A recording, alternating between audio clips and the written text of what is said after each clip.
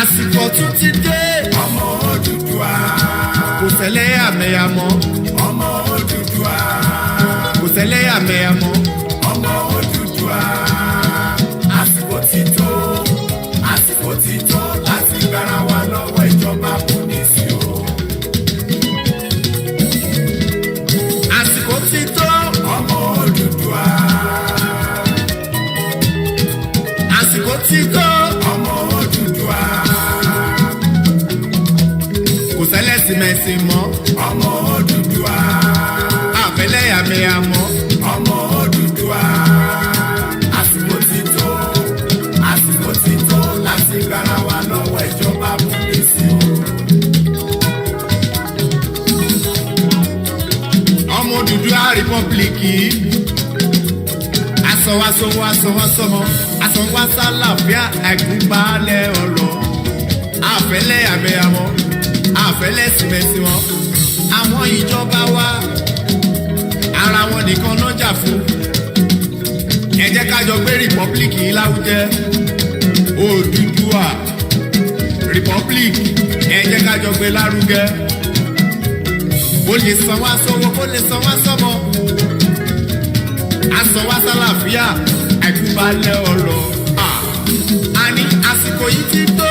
Ọmọ Odùduwà. Àsìkò yìí ti tó sẹ́. Ọmọ Odùduwà. Àfẹ́lẹ́yàmẹ̀yà mọ́. Ọmọ Odùduwà. Àfẹ́lẹ́yàmẹ̀yà mọ́. Ọmọ Odùduwà. Àsìkò ti tó. Àsìkò ti tó láti gbára wa lọ́wọ́ ìjọba amúnisìn o.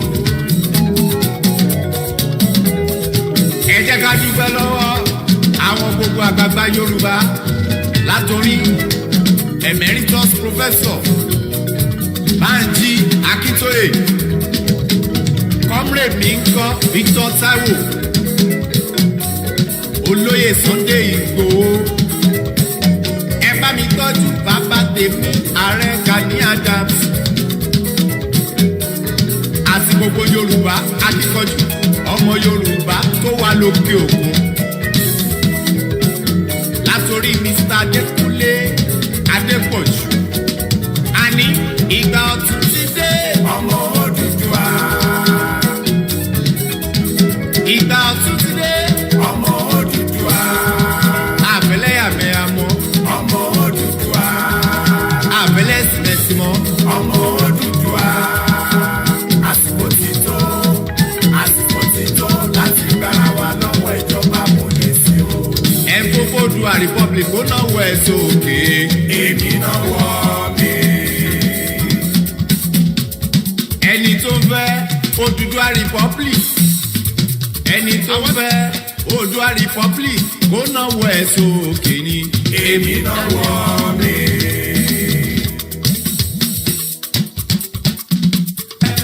Ó fọ́ Odùduwà kó náwó ẹ̀ sókè.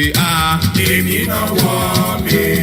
Ẹni tó bá fọ́ Odùduwà Republic kó náwó ẹ̀ sókè ni. Èmi náwó mi.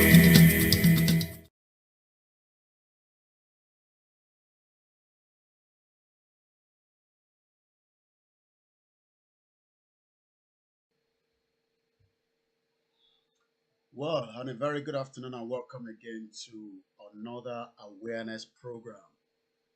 The time is exactly 12:23 p.m. and we try to make sure that we start the program as quickly as possible because we haven't got much time, and we try to bring the program, to the specific time that is 12 p.m. But also, because of a lot of other things that we do. Moki Bubule Lenkonsi, Moki in America, I can see you, my sister Adekunle Adepoju. Very good afternoon to you.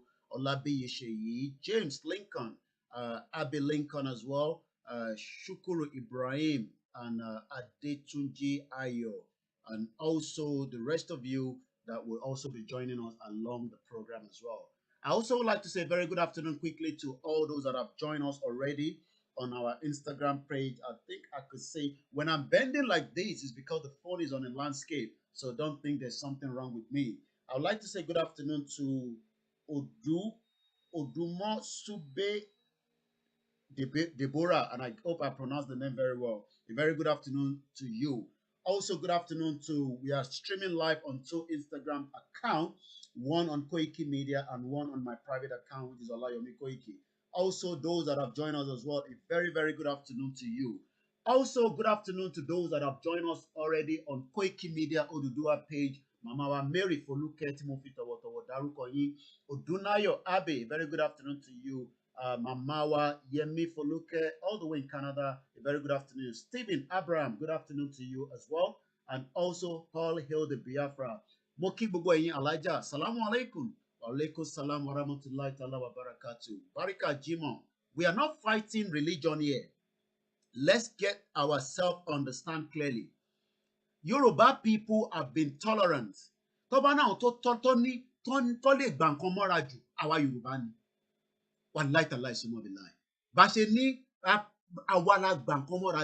Because we are so much caring. We care about the next neighbor. We care about the love for whether you are Christian, Muslim. Look, ta ló rántí tó bá ń ṣe kí ló máa ń ṣe lẹ́kọ̀ọ́ nígbà yẹn ẹ̀yọ̀.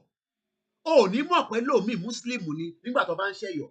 Bá ṣe àti wà interwoven àfìgbà táwọn Fúlàní yìí dé o.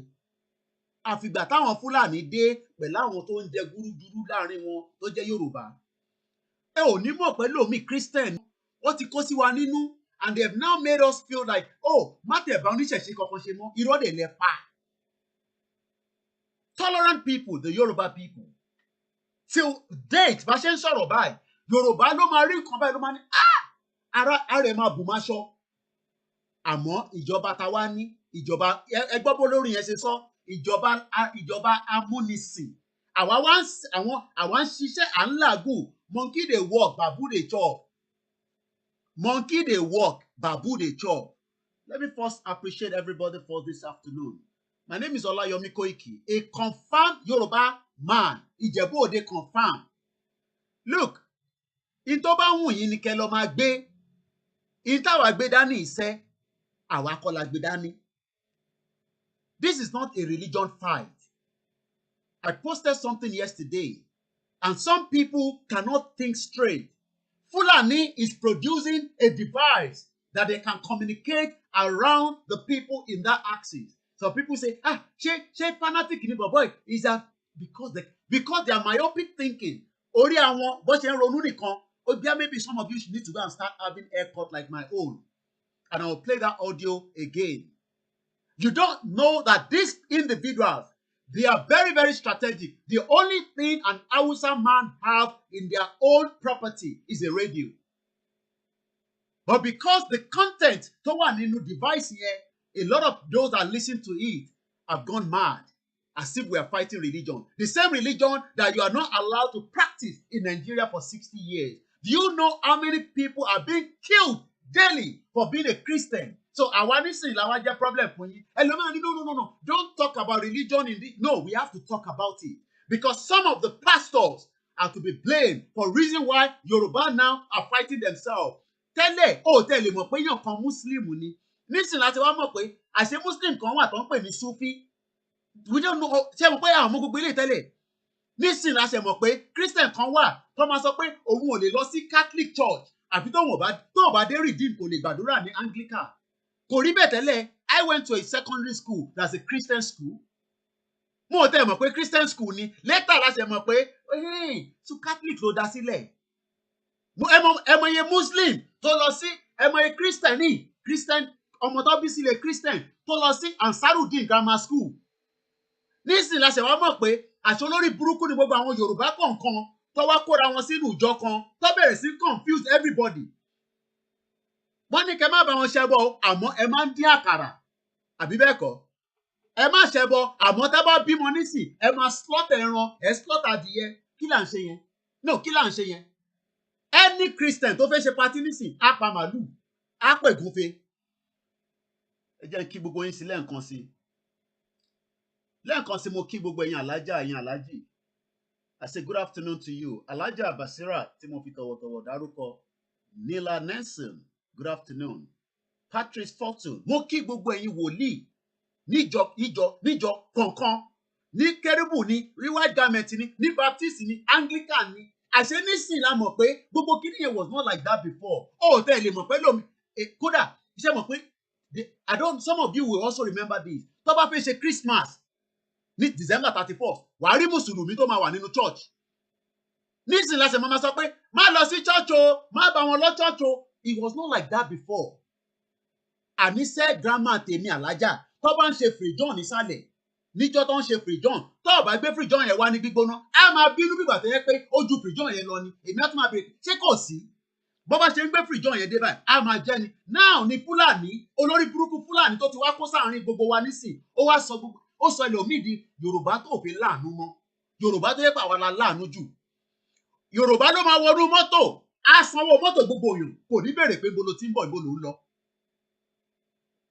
Now we have lost those things and if we are not careful ṣẹ́rí gbogbo tí mo ṣe sọ yìí tó bá yá Fúlàní àná sórí tó bá yá sórí ṣòkòtò lábúlábú tó wọ̀ sórí ṣòkòtò tó wọ̀ báyìí bí tèmi kàyéṣì sórí jíǹsì tó wọ̀ sórí wọ̀ tó jẹ́ obìnrin Fúlàní máa nù ẹ́ lẹ́gba ó máa nù ẹ́ lẹ́gba ó ti ṣẹlẹ̀ ní Ìbàdàn. You saw the video where a woman, a Yoruba woman, was beaten by a Fulani man for dressing the way she wants to dress. And you say Christian Lambaja, Musulumi Lambaja in 2020. Where we should be talking about living this Ijoba Munisi. Let me welcome more people as well. Yes, Nancy say share, share, share. It's only us that, look, go and watch Simon Ekpa. They don't talk about share. Now about Idebe, the first thing they have to do is share the broadcast. Simon Ekpa do not need to be telling people to share the broadcast. Why should we be telling you, reminding you? My job is to make sure that I am here. Look, don't you know that as moment that oh, yeah. You want Popoyo? So, like I was saying, Sherry, when you get to a program which you are expecting, then you still want me to say share. If you like share, if you don't like no share, it will reach where it needs to reach. We have been scammed, like Jensen Lincoln says. Yes. Oh, thank you. Go and bring the remote. Let me switch on the TV for you. Lamu remote. Yeah, let me open that for you. So now, everybody now knows that it is the Fulani in conjunction with so many Yoruba people that become so billionaire overnight. War, Nichelle, they don't have any industry. They don't have anything. Let's quickly watch this first video while I just prepare, these prints that I've just woken up. Once again, it's there. Bring it. Go and bring it. Let's watch this together. Káàkiri àgbáyé ibi tí ó kálukú wá ṣe ń gbọ́ wa orúkọ tèmi náà ni olóyè Dìran ọmọ bá ń gbọ́ pa tí gbogbo yẹn ń pè ní bàbá Ìṣọ̀kanlẹ̀ Oòduà ó kí a pé akọ àsìkò níbi tí ó kálukú bá wà nǹkan tí a kàn fẹ́ fi hàn wá lójú ìwòran yìí ni pé nínú àwọn ẹ̀bùn tí Ọlọ́run dá fún àwa ọmọ Oòduà nílẹ̀ Yorùbá ibi tẹ́ ń wò inú oko tèmi ni torí iṣẹ́ àgbẹ̀ ni mo ṣe látìgbà tí mo ṣe fi iṣẹ́ ológun sílẹ̀ tí mo ti fẹ̀yìntì ẹ wo apá ìbáyìí lọ báyìí inú kòkó mi níbí bákan náà ni gbogbo òkè báyìí lọ sókè báyìí inú kòkó mi ni bó tí Ọlọ́run fún àwa ọmọ Oòduà ló wú mi lórí tó yẹ láti lè sọ léè fún wa tá a bá délẹ̀ Oòduà nǹkan ọrọ̀ ajé wa wà nílẹ̀ wa yóò jẹ́ ìyàlẹ́nu fún yín pé mo wá sínú oko lónìí láti mú nǹkan jíjẹ fún àwọn èèyàn nílé torí gbogbo ìrìn àjò àárín káàkiri kò fi wá lọ́kàn balẹ̀ pé a lè máa ráyè wá sóko ní déédéé gbogbo ọ̀pọ̀lọpọ̀ apápá kan nínú oko mi ó ti kún gbótán torí kò sáàyè fún mi àárín káàkiri náà lórí ọ̀rọ̀ ilẹ̀ ìlú àìní àmọ́ mo ní ọ̀rọ̀ ìfẹ́ láti sáré wá wo inú oko lénìí mo wá ní kí n mú iṣu kan fún àwọn ọmọ mi nínú àwọn ẹgbẹ́ iṣu kan tí ẹ bá ń wo ojú ìwòran yín dáadáa iṣu tí ẹ ń wò nílẹ̀ yìí yóò jẹ́ ìyàlẹ́nu fún yín pé orí ebè iṣu kan ni mo ti wú gbogbo eléyìí ebè iṣu kan nílẹ̀ Oòduà mo ti wú gbogbo eléyìí so tẹ́ ẹ bá ń wo iṣu yìí tẹ́ ẹ bá gbin iṣu yìí tó yẹ pé láàrin ọdún kan la rí eléyìí wú jáde nínú ilẹ̀ láàrin ọdún kan la wú eléyìí jáde nínú ilẹ̀ tí a bá wá náwó síbẹ̀ tá a fẹ́ lójú tá a bá fi eléyìí dá oko tá a gbin 100 hips ebè iṣu eléyìí ẹ dákun ṣé a lè jẹ èèyàn ogún èèyàn lè jẹ eléyìí lẹ́ẹ̀kan tó bá fi gún yàn ogún èèyàn. In a minute. You've seen this one now. This is what we were doing as Yoruba people. But do you know what happened? One day, one night, some of the prominent people started buying cows because they knew one more for Yoruba ló ń jẹ màlúù jù. Àwọn náà wá invest owó sínú ọ̀dọ̀ àwọn Fúlàní. So Yoruba ló ní sẹ́rí gbogbo àwọn màlúù tó ń rìn káàkiri ní South West. Àwọn Yoruba ló ní o. Àwọn prominent Yoruba ló ní. So what they've done is wọ́n mọ̀ pé wọn ò lè gbé fún Yoruba man kó bá wọn ṣe. Wọ́n wá lọ pe Fúlàní wá. Àwọn ò ní pè wọ́n ní Fúlàní, wá pè wọ́n ní dẹrandẹran. Àmọ́ Fúlàní ni wọ́n. So nígbà tó wá kó wọn dé yẹn, ó wá di pé àwọn yẹn wọ́n ti fún wọn ní agbára débi pé tó bá move pẹ̀lú màlúù yẹn, tó bá kọlu màlúù yẹn, wọ́n á pa ẹ́. Tó bá wá lọ sọ́dọ̀ kábíyèsí as an example àbí gọ́vnọ̀ pé ó máa pa wá lọ́mọ. Kábíyèsí á ní à pé olórí wọn. Ṣé rí olórí wọn tán náà máa pè yẹn, ìwọ ò ní sí níbẹ̀ tó bá ń ṣèjókòó yẹn. Àwọn á tún máa wá bẹ olórí wọn pé kó má bínú fún màlúù tó pa yẹn. Lẹ́ẹ̀kan sí mo kí gbogbo ẹ̀yin imam, mo kí gbogbo ẹ̀yin àfà, ìjà mùsùlùmí kọ́ là ń jà, à ń jàjà òmìnira òun là ń jà. Ẹ jẹ́ kó máa yé wa láti Kwara wá sí Kogi, láti Kogi wá sí Ondo, Èkìtì, Ògùn, Ọ̀ṣun, Lagos. Ẹ jẹ́ ká máa rántí pé ìjà pé àwọn ọmọ yín wá lè ka ìwé tó fẹ́ kà, wá tún lè ka ìwé Lárúbáwá. Àmọ́ Fúlàní ò tẹ̀ fẹ́ jẹ́ kẹ́ ka ìwé Gẹ̀ẹ́sì débi pé wọ́n tún wá bìlífù pé àwọn wà superior ju Yorùbá Muslim lọ. Ẹ mọ̀ pé àwọn Haúsá yẹn bìlífù pé àwọn ní ìmọ̀. Ṣé rí èyí tí ẹ nímọ̀ ẹ pọ̀ lóòótọ́ láàrin àwọn tó jẹ́ Mùsùlùmí. Àmọ́ àwọn Fúlàní ò ní gbà pé ẹ nímọ̀ jù wọ́n lọ. Ó ṣe lè jẹ́ pé Sultan of Sokoto á máa dictate fún yín nílẹ̀ káàárọ̀ òjíire nítorí kíni? Why would Sultan of Sokoto be dictating for a Yoruba Muslim right inside the Southwest and you have not thought about it? So when we are saying that let us go away from Nigeria, what will be the benefit of now standing on our own rather than being in Nigeria? You would have a better access and well qualified and a very detailed information that will support you and your family. Go and sit down. One drink. Once again, a very good afternoon. All right, I might have to take off my camera for a few minutes because the king is right here disturbing. Come. So, kini mo sọ, you will not be able to see from here. Tó bá jókòó síbẹ̀ ò ní lè rí. Yeah, so you need to go and sit down. Let me go back to that video and then I will come back again in just a few minutes. Ẹ jẹ́ ká wo fídíò yẹn díẹ̀ sí. Wọ́n jẹ́ ilé lẹ́ẹ̀kan, ebè iṣu kan nílẹ̀ Oòduà o. Àwọn Yorùbá nìkan la sì ní iṣu yìí. Tí ń dúdú iṣu ń bò míì mọ́ lẹ́yìn ilẹ̀ Yorùbá. Iṣu àdáyébá àti Yorùbá lélẹ́yìn. Nínú àwọn ogun tí wọ́n fi sílẹ̀ fún wa, tọ́lọ́ ń dá máa wà níbí inú. Òyìnbó ìgbín iṣu yìí o. Òyìnbó ìgbín. Àwa Yorùbá là ń gbin iṣu yìí. Iṣu yìí là ń pè ní tánpá. Tàbí iṣu dàgí tàbí àsámọ́dì igi nínú iṣu tí ń bẹ lẹ̀ Yorùbá oníṣu yìí.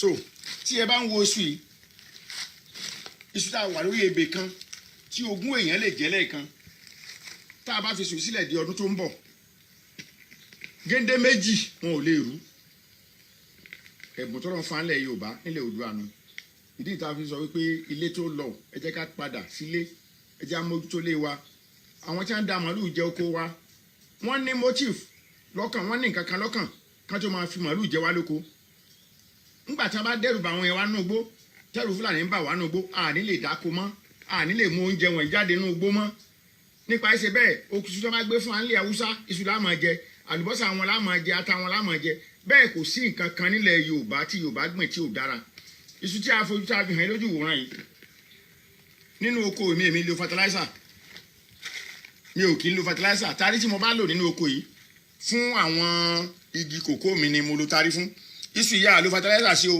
ààbò ajílẹ̀ sí díẹ̀ tó fi sílẹ̀ jáde fún wa agbésù yìí ní January ọdún tá a wà yìí òun la wú jáde yìí o àwọn ọmọ Oòduà ilé tó lọ àwọn ọmọ Oòduà ilé tó lọ eléyìí gan lásán tó nǹkan òwúrí fún wa iṣu tá a wà lórí ebè kan tí ó yẹ pé ogún èèyàn wọn ò lè jẹ tán níta bá fi gúnyán ẹ dákun ẹ já ronú ẹ dákun ẹ̀yin ọmọ Oòduà káàkiri àgbáyé ibi tẹ́ ẹ wà pàápàá ẹ̀yin tẹ́ ẹ wà ní orí ọ̀nà ẹnu ẹgbẹ́ ọ̀nà ìṣọ̀kan ilẹ̀ Oòduà ọ̀nà ìṣọ̀kan ọmọ Oòduà Ọlọ́run ràn yín lọ́wọ́ o àwọn alálẹ̀ ó dìde sí yín ẹ ràn wá lọ́wọ́ àwa náà wà nílé àti fi ara wa àtẹ̀mí wa sílẹ̀ láti rìnrìn àjò yìí torí tí ń bẹ nílẹ̀ wa àwa tá a rí ó ń wú wa lórí báwo làwọn tí ògbọ́n tí wọ́n sì máa lé akó ònú oko wa wọ́n máa fi màálù jẹ oko wa wọ́n máa pa wá nú oko ká bàa lè sákò ló ká má lè dá oko mọ́ ká wá di atọrọjẹ á máa dúró ẹgbẹ́ tí níjọ́ tí Haúsá bá tó kó màálù wá látò jẹun níjọ́ tí wọ́n bá tó kó ata wá látò jata níjọ́ tí wọ́n bá tó kó ẹ̀wà wá látò jẹ̀wà oko ẹ̀wà mi wà ń sàlẹ̀ ń bẹ̀ yẹn gẹ́gẹ́ bí ó tó sáré oko kan tí mo fi gbin ẹ̀wà ntí mo ti wújá tí mo ti kájáde nínú ẹ̀wà yẹn lọ́dún yìí tán ti wá bá mi oníṣẹ́ ojúmọ́ ti wá bá mi kájáde nínú ẹ̀wà yẹn lọ́dún yìí èmi ni mo mọ̀ bí o. Now you hear what the man is saying.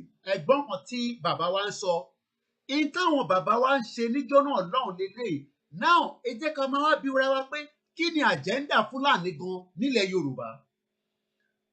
Àwọn wo gan ló wà behind Fúlàní tó fi di pé wọ́n wá ń kó màálù wọlé ní lóòrèkóòrè wá sílẹ̀ Yorùbá tírú bàbá yìí nísìn tí Fúlàní bá wọnú oko yẹn wàá jẹ gbogbo ẹ̀ tán kò dẹ̀ ní síjọba kankan tó máa compensate bàbá yìí kàkà bẹ́ẹ̀ kábíyèsí á tún máa sọ pé kí bàbá yìí má bínú kó ṣe pẹ̀tẹ̀lẹ̀ torí Fúlàní tó ń kẹ́ran wá sínú oko wọn. àwádẹni tí ó lọ ń ra iṣu tẹ́ ọ̀bá kó ṣu wá láti north tó ọ̀bá kálùbọ́sà wá tó ọ̀bá káta wá tó ọ̀bá kó màálù ọ̀hún gan wá àní wá rí jẹ ebi wá ń pa wá torí pé àwọn màmá wa bàbá wa wọ̀ ráyè lọ sóko mọ́ èmi wá ń bi kí nìyẹn ní ṣe pọ̀ lọ́rọ̀ ẹ̀sìn. Now ẹ wúrú bàbá tó ń sọ̀rọ̀ yìí nísìn have you thought if this man can become the next minister of agriculture in the Yoruba land with the now support of people from US, America, Germany àwa add the value táwa ní ẹ má gọra yín ní tí bàbá yìí ní lórí ó ju tí kọ̀ǹpútà ní lọ́wọ́ lọ but because we are living in a tech world àwa fi knowledge tiwa a fi support bàbá yìí ẹ jẹ́ ìṣàlàyé bá ṣe máa ṣe ṣe rí bàbá yìí nísìn irú oko yẹn nísìn tó bá ní mọ́ support nílẹ̀ Yorùbá ni mo sọ nítorí pé support yẹn ò sí nísìn nínú Nàìjíríà fún bàbá yìí tí bàbá yìí bá wá nírú support yẹn àwa tá wà ní Europe àwa la máa gba export ẹrù yẹn after we have a nation that is working látijọ́ tí wọ́n ti ń mẹ́kọ̀ owó ní Àpápá ó lè fẹ́ gbé kọ̀ǹténà láti Nàìjíríà travel out kí wàhálà má ṣẹlẹ̀ nítorí pé it is not a country. Fúlàní kàn ń kówó jẹ nínú port authority they keep on stealing the money in the port and you don't ask why we don't have a good quality access road into the authority of NPA. So this is what has led a Yoruba to become abject poverty. Kò jẹ́ kébi máa pa Yorùbá. So when we say we want to go out of Nigeria, people think that this will not change if we continue to be part of Nigeria, that something will happen and then a miracle will come down. Those miracles is what they are telling you in the church. Those miracles ní tó ń sọ fún yín nínú mọ́ṣáláṣí. Ó ní láti máa lọ mọ́ṣáláṣí Monday to Sunday kó tó ṣoríire. O ní láti lọ sí church Monday to Sunday kó tó ṣoríire. Yes, it's good to have religion. I understand some people will say wọ́n mú ẹ̀sìn yẹn wá ni àníkàtẹ̀ fìyẹn sílẹ̀ wọ́n ti mú wá nìyẹn kò sí nǹkan tá a fẹ́ ṣe sí àmọ́ ò ní láti máa lọ sílé kéwú lójoojúmọ́ torí kíni. All you need is níjọ́ tó bá fẹ́ lọ wàá lọ ìjọ́ tó kù ìwọ náà fi ṣàǹfààní fáre. How many of you are still living under your parents at the age of 40 plus? So ìjọ́ ọ̀rẹ́ Nàìjíríà fi dá. How many years gan la fẹ́ lò nílé ayé? Ẹni tó pẹ́ jù nísìn kọ́lọ̀ kó fún gbogbo alẹ́ mi gúngùn pátápátá á lo tó bá ti pé 100 àwọn fámìlì ẹ̀gbọ́n á máa tọrọ pé kọ́lọ̀ bá wa mú lọ lásìkò tó tó ya. Wọ́n mọ̀ pé ó ti overdue nìyẹn. Ẹni tó bá ti pé 100 years the moment you become 100 your children great grandchildren wọ́n máa bẹ̀rù pé kẹ́lòmíì má lọ kú láàrin àwọn ọmọ àbáwọn ọmọ so ó bẹ́tà kí ìyá yẹn àti bàbá yẹn kó tètè lọ nítorí pé kó má bàa sunkún ọmọ. So now how long do you want to wait before you enjoy the same thing that we are enjoying outside the country? But the government knows all they want is they want you to become the diaspora sending money home. And that is why they say excitement as the new diaspora remittance policy takes effect from today. That is the only thing the federal government loves about the diaspora. Ká máa ṣiṣẹ́ bí kúrú. Ká máa ṣiṣẹ́ fún málà. Ẹ mọ̀ pé gbogbo owó tá à ń sẹ́ndì sílé we are literally working for the Fulani man. Every diaspora tó wà níta gbogbo àgùn tá à ń la lójoojúmọ́ gbogbo fìkìfìkì tá à ń ṣe gbogbo máa lọ fọbọ́ máa lọ ṣiṣẹ́ every kind of job that you might be thinking of you are supporting the agenda of the Fulani man because they need a forex with over $20 billion. 20 billion US dollars. Why do you think that they will want us to have a Yoruba nation, a Biafra nation, a Niger Delta? Because they love the way the diaspora are remitting over 20 billion US dollars. Oh, put it on the table. Good boy. Thank you. So the question is, why you now see all this headline? For you, you are excited. The pound sterling is about 640 naira today. But have you ever thought the damage it's doing to your people back home? If you send them money, they can go to the shop, but they cannot buy a proper Yoruba food. They have to still wait from the north to provide the same food. And sometimes those food are not even cheap. Let's welcome more people as well from all other platforms. Once again, a very good afternoon and welcome to the show. Fulani knows the game. So what they've done is, I will explain to you. A very good afternoon to you, Ghazali Aliu. Good afternoon. Olamokwe, Oladimeji. A very good afternoon to you, Ilesimi Joke. Good afternoon to you, Maggie Bayo, Simon Adebisi, and also Shina Yusuf, was the Elena, my sister. A very good afternoon. Adeleye Jitosin, Moses Ayeni, Ikechukwu, all hail the Biafra, Amodu Jelili Olaniyi, and also Wasiu, and those that have joined as well, Folake as well, and those that are watching us on our Twitter account as well. My name is Olayomi Koiki, and I would like to welcome you to the program. Let us analyze what Fulani is doing. I will explain to you why you are working. You're working very hard. Some people are doing 4 jobs to keep their family alive, afloat. Do you know that? Do you know that the reason why you're working very hard, weakened body, is because you are trying to keep your family afloat back home. Left to us, the diaspora, we can be fine without working. Look, I don't need to work 40 hours. They do minimum job. They do work. They are hard working, but they are working with sense. We are literally supporting the Fulani government, and that is what we are doing. We are supporting the Fulani government by doing so much work so that we can send money home, we can build house, we can buy car, but those places are not safe for you because one day a Fulani man will kill you along the road. Look at the topic we are treating today. The Yoruba people that are the intellect intelligent. We have now allowed the Fulani, in partnership with some few Yoruba people and some Igbo and some other tribes, to coerce every one of us as democracy is the only way to keep Nigeria afloat. No, it's a lie. That is the one big 419. We are the one keeping our family afloat. We will send them money for medical. We will send them money for education. We will send them money for security. We will send them money for welfare. We will send them money as emergency occur in any given time. If there's any emergency in Nigeria today, your family will die within the next 1 hour if you do not send money home. Tọ́ba bí wọ́dà, ìwọ máa send owó sí family ẹ̀, o ṣòfò family nìyẹn. Even though the same country has break so many marriages, it has affected so many people because that relationship is not there anymore. Bàbá mi ò tẹ̀ mọ́ ọmọ ẹ̀, ọmọ mi ò mọ bàbá because of Nigeria. But we are happy because when Emefiele, the 419 CBN governor, that would rather close the account of a peaceful EndSARS protesters from the Yoruba tribe, from the Igbo tribe, not the Hausa, but the same Hausa that continued to sponsor, just like the UAE was able to nab them like this. Do you know that the UAE did not catch them like this? The UAE nabbed them like this for money laundering, for sponsoring terrorism. But the EndSARS peaceful protesters that was killed by the Lagos State governor, that was killed by the federal government, now you are still supporting them because they love the diaspora sending money home. These are the game tricks that they are playing with us, and we will not hold another election, and we will end Nigeria, whether by violence, by peaceful, by guerrilla war. It doesn't matter. One way or the other, Nigeria will stop to be existing again. Not the international community will tell us. We are the one that will tell them that Nigeria will not longer exist anymore. And we know some of you that love Nigeria so much, you don't want that.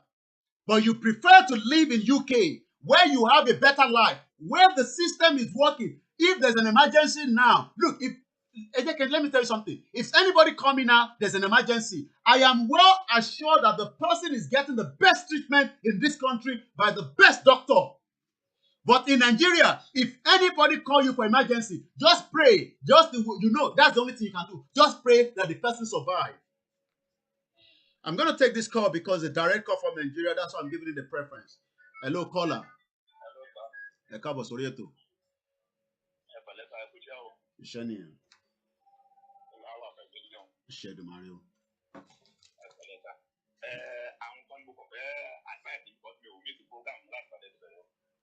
Okay. I'm going.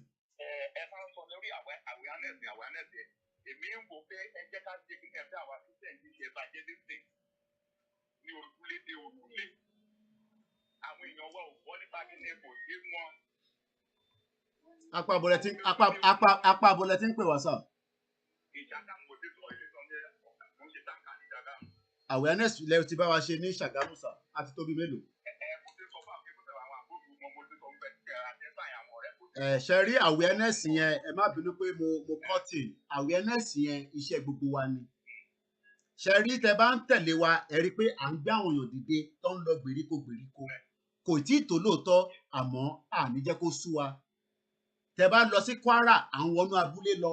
Tẹ bá lọ sọ́ṣun, àti ń ṣe the same thing. Mo ti fún àwọn kan ní ultimatum. Mo ò fẹ́ máa gbọ́ pé ẹ lè ṣe physical meeting nítorí pé ẹ ń bẹ̀rù ìjọba. Àní tí ìjọba bá ti gbé ijó ẹ̀ la máa create violence. Nítorí pé àbájọba jà nísìn. À ń sọ fáwọn èèyàn wa pé a fẹ́ kúrò ní Nàìjíríà ni. But tó bá bí aláya ìjọba dá kó lọ gbé ẹ̀yìn, ijó ẹ̀ la máa bẹ̀rẹ̀ violence in Nàìjíríà. Nítorí for now, we are doing what the international community ní ká ṣe. So ẹ ní láti bẹ̀rù. Mo sọ fún gúrùpù kan pé mo fún wọn ní 72 hours kẹ́ lọ máa ṣe physical meeting. Kí ló sọ pé wọ́n lè ṣe physical meeting? Àwọn PDP ń ṣèpàdé, APC ń ṣèpàdé, ẹ̀yin wá ń sọ pé ẹ lè má ṣèpàdé torí ẹ̀ ń bẹ̀rù ìjọba olórí burúkú òṣì kan. Àbórí gbogbo wa ò pé ni.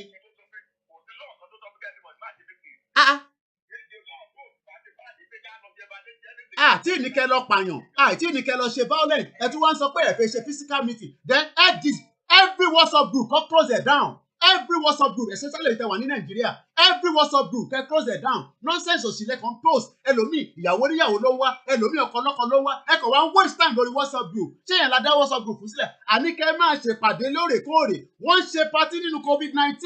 PDP ń pàdé, APC ń pàdé, ẹ̀yin wá ní èdè pàdé, a fẹ́ kúrò nínú Nàìjíríà. Àbí wọ́n ṣépè fún gbogbo wa náà ni. mo ń gbọ́ ti yín bàbá mi ẹ má bínú pé mo ní láti máa fóun bẹ́ẹ̀ yẹn.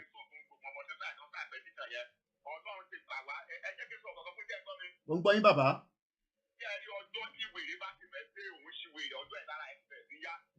ẹ ṣeun bàbá. láṣẹ Èdùmàrè ni mo láṣẹ àṣẹ ti gùn mí bẹ́ẹ̀ ni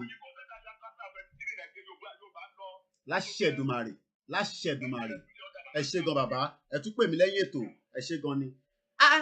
ẹ kàn wá dáwọ́ sọ gbù sílẹ̀ ẹ wá ń bẹ̀rù ẹ ń fòyà ṣé àti ní kẹ́ lọ pààyàn nísìnyí for now ẹ fi gbogbo ọ̀rọ̀ sílẹ̀ fẹ́bi àníṣe ẹ máa ìjókòó pé ẹ fẹ́ ṣe physical meeting àwọn ń ṣe patí nínú COVID-19 wọ́n ń ṣe lẹ́lẹ́yà wọ́n ń ṣe òṣì èyí wọ́n sọ pé ẹ̀dẹ̀ ẹlòmíà ni a lè pàdé kó má dá fún gbogbo wa ń gbà yẹn nítorí kí ni ẹni ẹ lè máa ṣe physical meeting kí lẹ̀ ń bẹ̀rù ẹ̀ ń bẹ̀rù DSS a máa jó gbogbo building wọn wá sílẹ̀ ni tó bá bí aláya wọn dání mo sọ kọ́ gbé yín a máa jó building wá sílẹ̀ ni nísàlẹ̀ ní kíákíá under 24 hours ni máa declare ní bíbáyìí a ní kẹ́ lọ máa ṣe meeting kẹ́ lè pàdé kẹ́ ṣe ìṣọ̀kan báyìí ká mọ ibi tá à ń lọ orí WhatsApp lẹ́fẹ̀ẹ́ máa ṣe ránù different WhatsApp group ẹ má add mi sínú kó group òṣì kankan mọ́ tẹ́ ẹ bá ti lè ṣe physical meeting ká máa rí pé ẹ̀ ń ṣe physical meeting àwọn ń ṣèpàdé wọ́n ń ṣe live video PDP ń ṣèpàdé PDP ń ṣèpàdé APC ń ṣèpàdé èyí wọ́n sọ pé a fẹ́ kúrò even though Professor Banji Akintoye said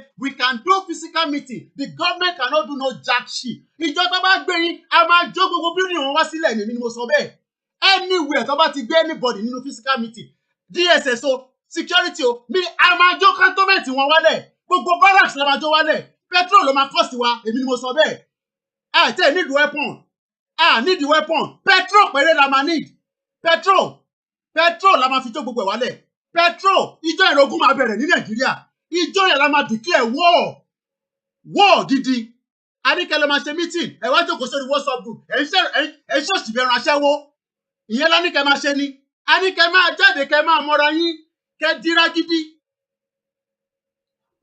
ẹ rò pé à ń ṣeré ni alẹ́ máa kúrò nínú Nàìjíríà a máa kúrò nínú Nàìjíríà. Let me go back again. This is what they want the diaspora. Sending money home. Continue with send money home. Funding the Fulani agenda against the Yoruba people.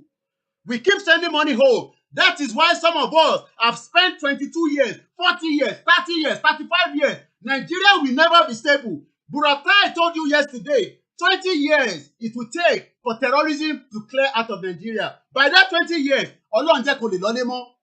Generation pew ó parẹ́ pátápátá nìyẹn. Generation gbogbo wa ó parẹ́ pátápátá nìyẹn. But àwọn ò ní gbà. 72 hours ni mo fún àwọn group kan. Tó bá ti ṣe meeting, close gbogbo WhatsApp group. Any WhatsApp group, tó bá ti lè hold meeting 72 hours. Close the fucking WhatsApp group down. WhatsApp group òṣùwọ̀n lẹ́ ń ṣe.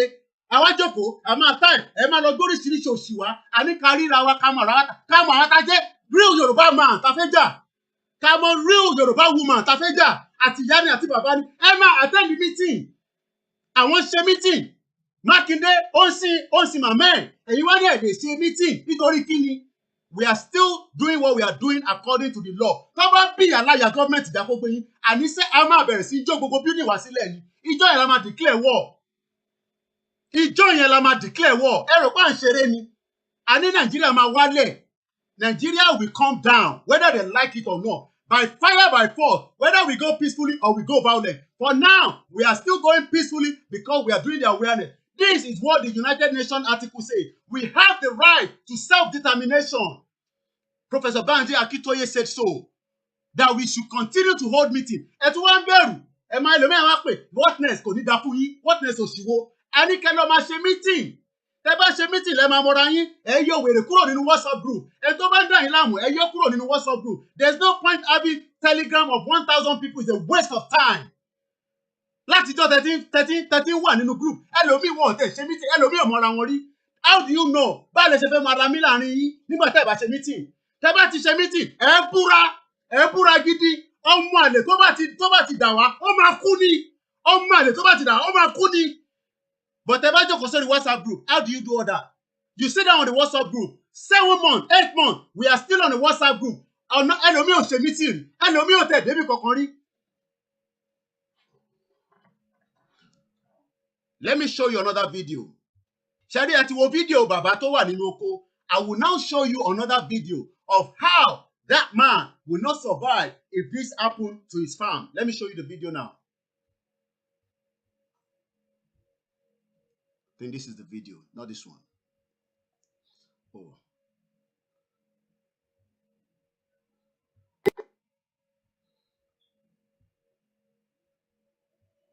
Àwọn tó ń bá parí ni màálù nìyẹn lálẹ́ o. Lọ́nà gbọ́ra ń bí. Màálù nìyẹn lálẹ́ o. Ṣóyẹ. Ṣé táǹtì ẹ̀kẹ́ yìí máa da màálù ni? Ṣé táǹtì ẹ̀kẹ́ máa dà ní? Orí yóò pé rárá. Àwọn màálù lẹ́rìí tó ń da màálù káàkiri lẹ́rìí lójú títí o. Lálẹ́ àlè kọjá mọ́ o. Ọ̀rọ̀ yìí la ṣe sọ tán lé ní. I'm gonna bring that back on because there was a mix-up there. I'll bring the video back on in a few minutes. Once again, a very good afternoon and welcome to the program. Ẹ rò pé eré là ń ṣe ni, adá fẹ́ kúrò ní Nàìjíríà, ẹ rò pé ó máa easy ni, kò ní easy náà, ẹ rò pé ó máa easy ni, ṣé torí Fúlàní ò sọ̀rọ̀. Àwọn tó ń bá parí ni màálù nìyẹn lálẹ́ o. Lọ́nà gbọ́ra ń bí. Màálù nìyẹn lálẹ́ o. Ṣóyẹ. Ṣé táǹtì ẹ̀kẹ́ yìí máa da màálù ni? Ṣé táǹtì ẹ̀kẹ́ máa dà ní? Orí yóò pé rárá. Àwọn màálù lẹ́rìí tó ń da màálù káàkiri lẹ́rìí lójú títí o. Lálẹ́ àlè kọjá mọ́ o. Ọ̀rọ̀ yìí la ṣe sọ tán lé ní. Ẹ ti rí wọn lálẹ́ báyìí ẹ rí wọn. Ẹ rí wọn ṣe ń dà wọn káàkiri. Àwọn màálù lẹ́ ń wo yẹn ara mi ní Britain o. Ní Nàìjíríà ní lọ́nà ìrúwà làwà yẹn lálẹ́ báyìí o. Àtobìnrin àtọkùnrin ni o. Wọ́n ṣe ń dà wọn kiri ni àmì tó ti ń dà wọn tó ń bá parí ni màálù nìyẹn lálẹ́ o. Lọ́nà gbọ́ra ń bí. Màálù nìyẹn lálẹ́ o. Ṣóyẹ. Ṣé táǹtì ẹ̀kẹ́ yìí máa da màálù ni? Ṣé táǹtì ẹ̀kẹ́ máa dà ní? Orí yóò pé rárá. Àwọn màálù lẹ́rìí tó ń da màálù káàkiri lẹ́rìí lójú títí o. Lálẹ́ àlè kọjá mọ́ o. Ọ̀rọ̀ yìí la ṣe sọ tán lé ní. Ẹ ti rí wọn lálẹ́ báyìí ẹ rí wọn. Ẹ rí wọn ṣe ń dà wọn káàkiri. Àwọn màálù lẹ́ ń wo yẹn ara mi ní Britain o. Ní Nàìjíríà ní lọ́nà ìrúwà làwà yẹn lálẹ́ báyìí o. Àtobìnrin àtọkùnrin ni o.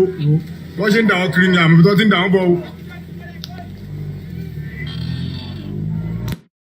The question now is, this man, tí màálù bá wọnú oko wọn, á jẹrun pátápátá ni. Ṣẹ̀rí bàbá tó rọra tó ń ṣe wàhálà yìí.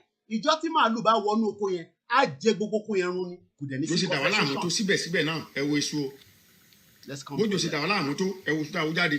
Iṣu tá a gbìn ní oṣù January. Ẹ wo tá a wú jáde ńbẹ̀ nínú oṣù November. So ọ̀pọ̀lọpọ̀ nǹkan ló wà nílẹ̀ Yorùbá tó yẹ ká gbìfẹ́ lọ́kọ̀ ká gbé lárugẹ. Abẹ̀yìn àròyìn ẹ dákun gbogbo tó lọ́n bá fún yín. Ẹ náà sílẹ̀ Oòduà kílẹ̀ Oòduà lè dàgbà. Ọmọ yín ó jèrè àjọlẹ̀ ń dá. Mo nígbàgbọ́ pàjọlẹ̀ ń dá. Gbogbo tẹ́ ẹ bá mọ̀ tẹ́ fi sí. Ọmọ yín máa jèrè ẹ o. Ẹ̀yin gan ó jèrè ẹ torí kò lè pẹ́ kò lè jìnnà tílẹ̀ wá fi dá dúró. Èèyàn kan ló rán mi níṣẹ́ tí mò ń ṣe lọ́rọ̀ ilẹ̀ Oòduà. Àwọn aláṣekù ilẹ̀ Oòduà náà rán mi níṣẹ́. Mo sì wà dìtámì débi pé ẹ̀mí mo fi lélẹ̀ ara mo fi lélẹ̀ àmọ́ ẹ̀mí mi ò ní bọ́ lérí ká délé Oòduà àjọ délé Oòduà ẹ̀mí ní ó tún gbádùn ilé Oòduà náà ní agbára lọ́wọ́ Ọlọ́run agbára lọ́wọ́ Elédùmarè ọba tó dálé ayé ọba tó sílẹ̀ kan ọjọ́ òní tẹ́nìkan ò lè di lọ́wọ́ gbogbo yín pátá tẹ bá ná tọrọ ẹ bá ná kọ́bọ̀ lórí ìrìn àjò mo sọ fún yín ní agbára lọ́wọ́ Ọlọ́run ní agbára lọ́wọ́ alálẹ̀ ilẹ̀ Oòduà ẹ ní regret ẹ ní dára yín lẹ́bi ẹ sì ní nànánù lórí ẹ bá a ti fẹ́ rí bẹ́ẹ̀ ni ó rí Oòduà ó gbè wá o Oòduà ó gbè wá o Oòduà ó gbè wá o ẹ ṣé láyọ̀ àtàláfíà lẹ́ẹ̀ máa pàdé lé o ẹ ṣé o.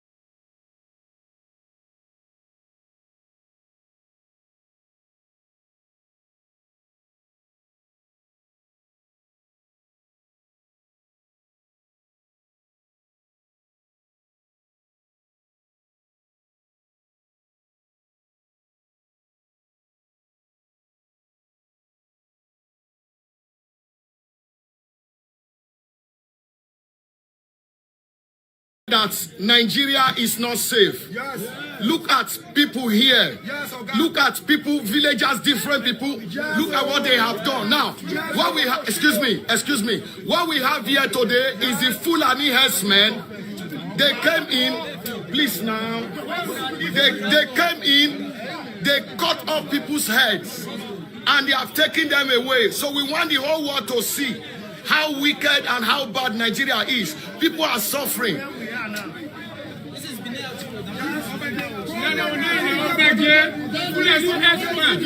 Mona talk, let them hear. They want the governor. Hold on. Yes, sir, you talk. I want it. Please, what's your name, sir? Yeah. Igbe Ota. Yes, sir. All right. Yes, sir.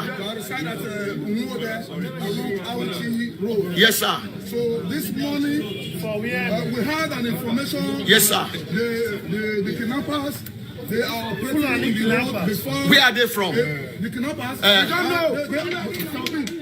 They are Fulanis, they are Hausas. Hausas, okay. So we heard that they are before a Rua village. Okay. That is when we are approaching Eho. Yes, sir. So then our men, they saw them when they were picking at the road. Yes, so sir. they have to go to the scene Yes. and rescue those people that they are kidnapping. Okay. So during that process, Yes. they were exchanging guns. Gunshots. So then one of our persons appears and Bolaho is already down.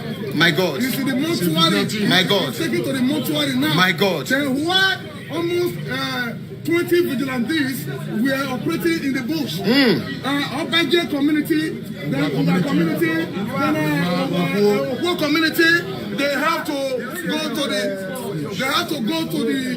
bush. To the bush. And even 3 of them, they are with me here now. They sustained a very light injury.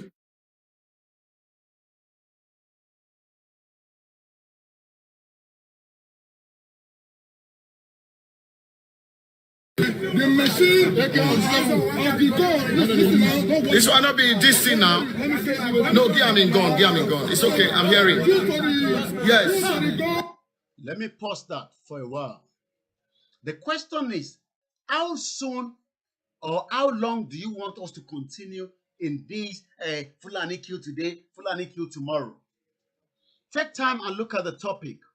Once again, the time is exactly 6 minutes past 1. Nigeria has now been overrun by the Fulani, but we are also part of those sponsoring and giving them money. Do you know why?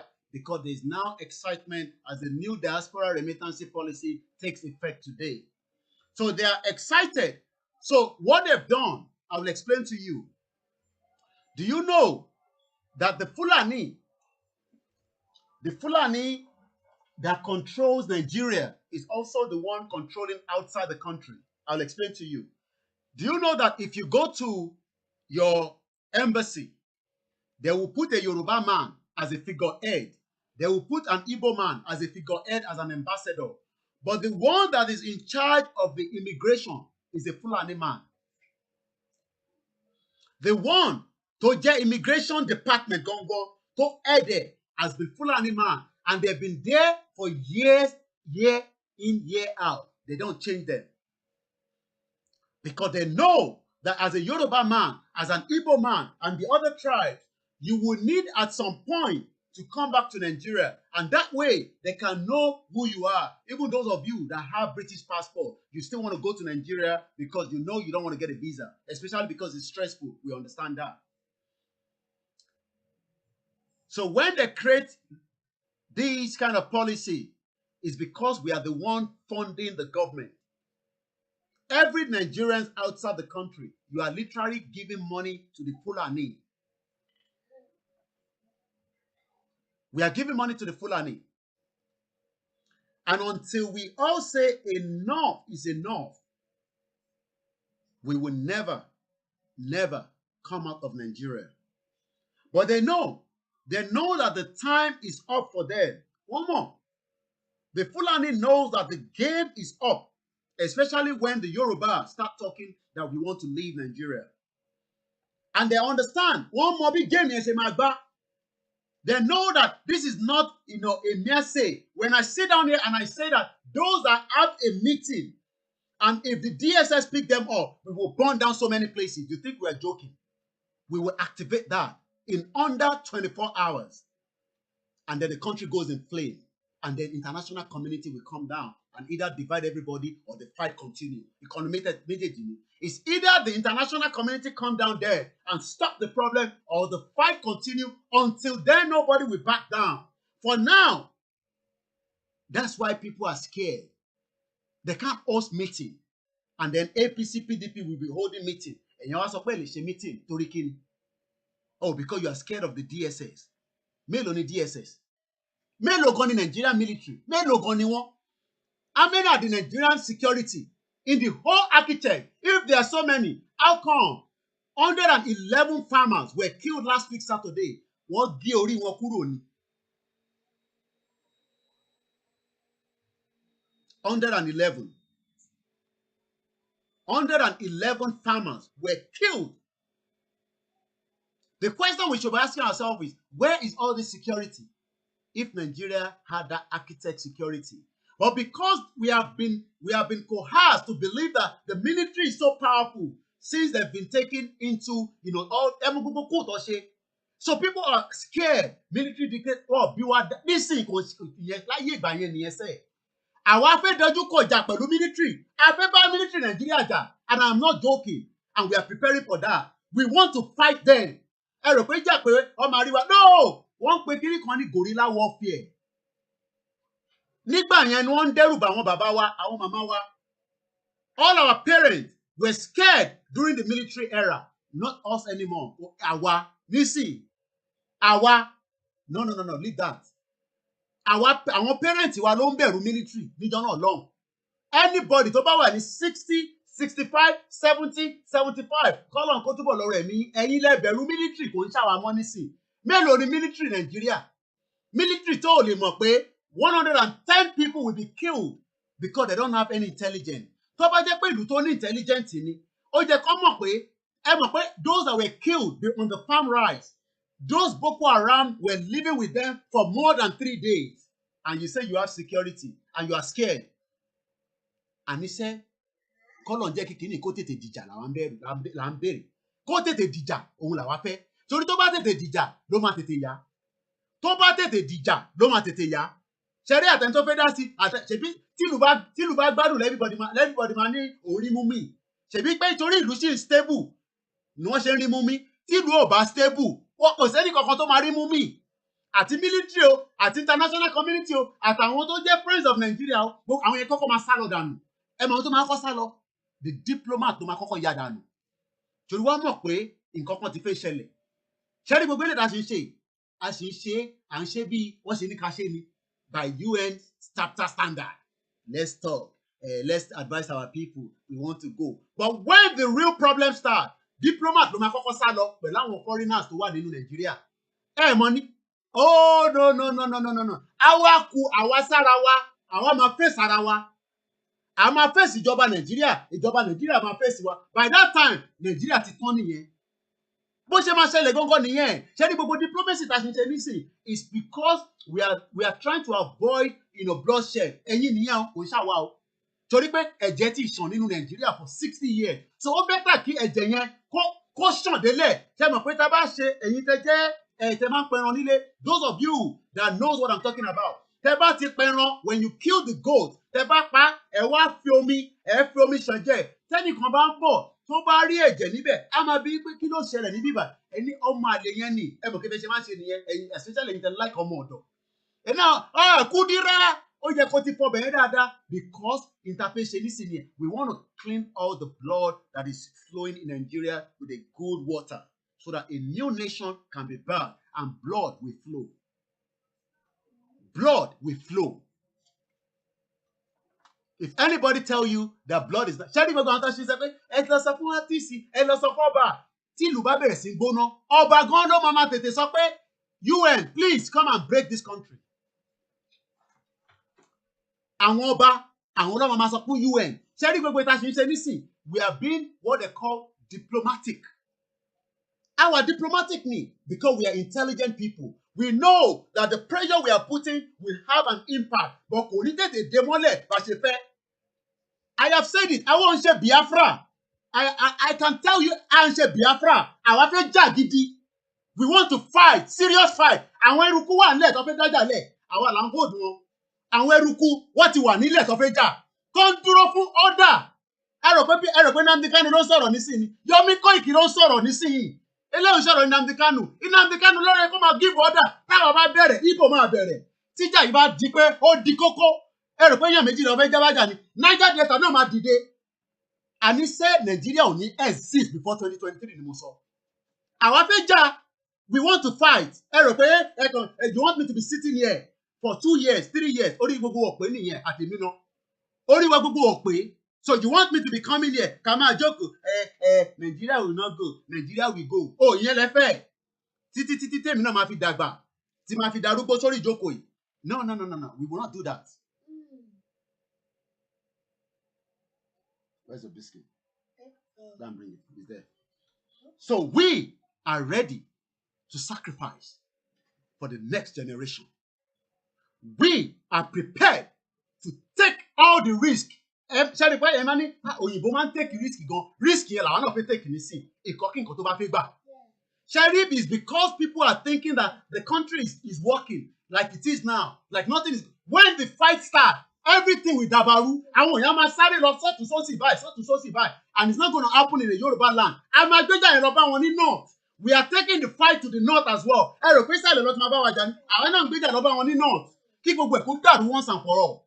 Kó dàrú pátápátá so that a lè tún ṣà. Nítorí pé tó ò bá dàrú, a lè tún ṣà.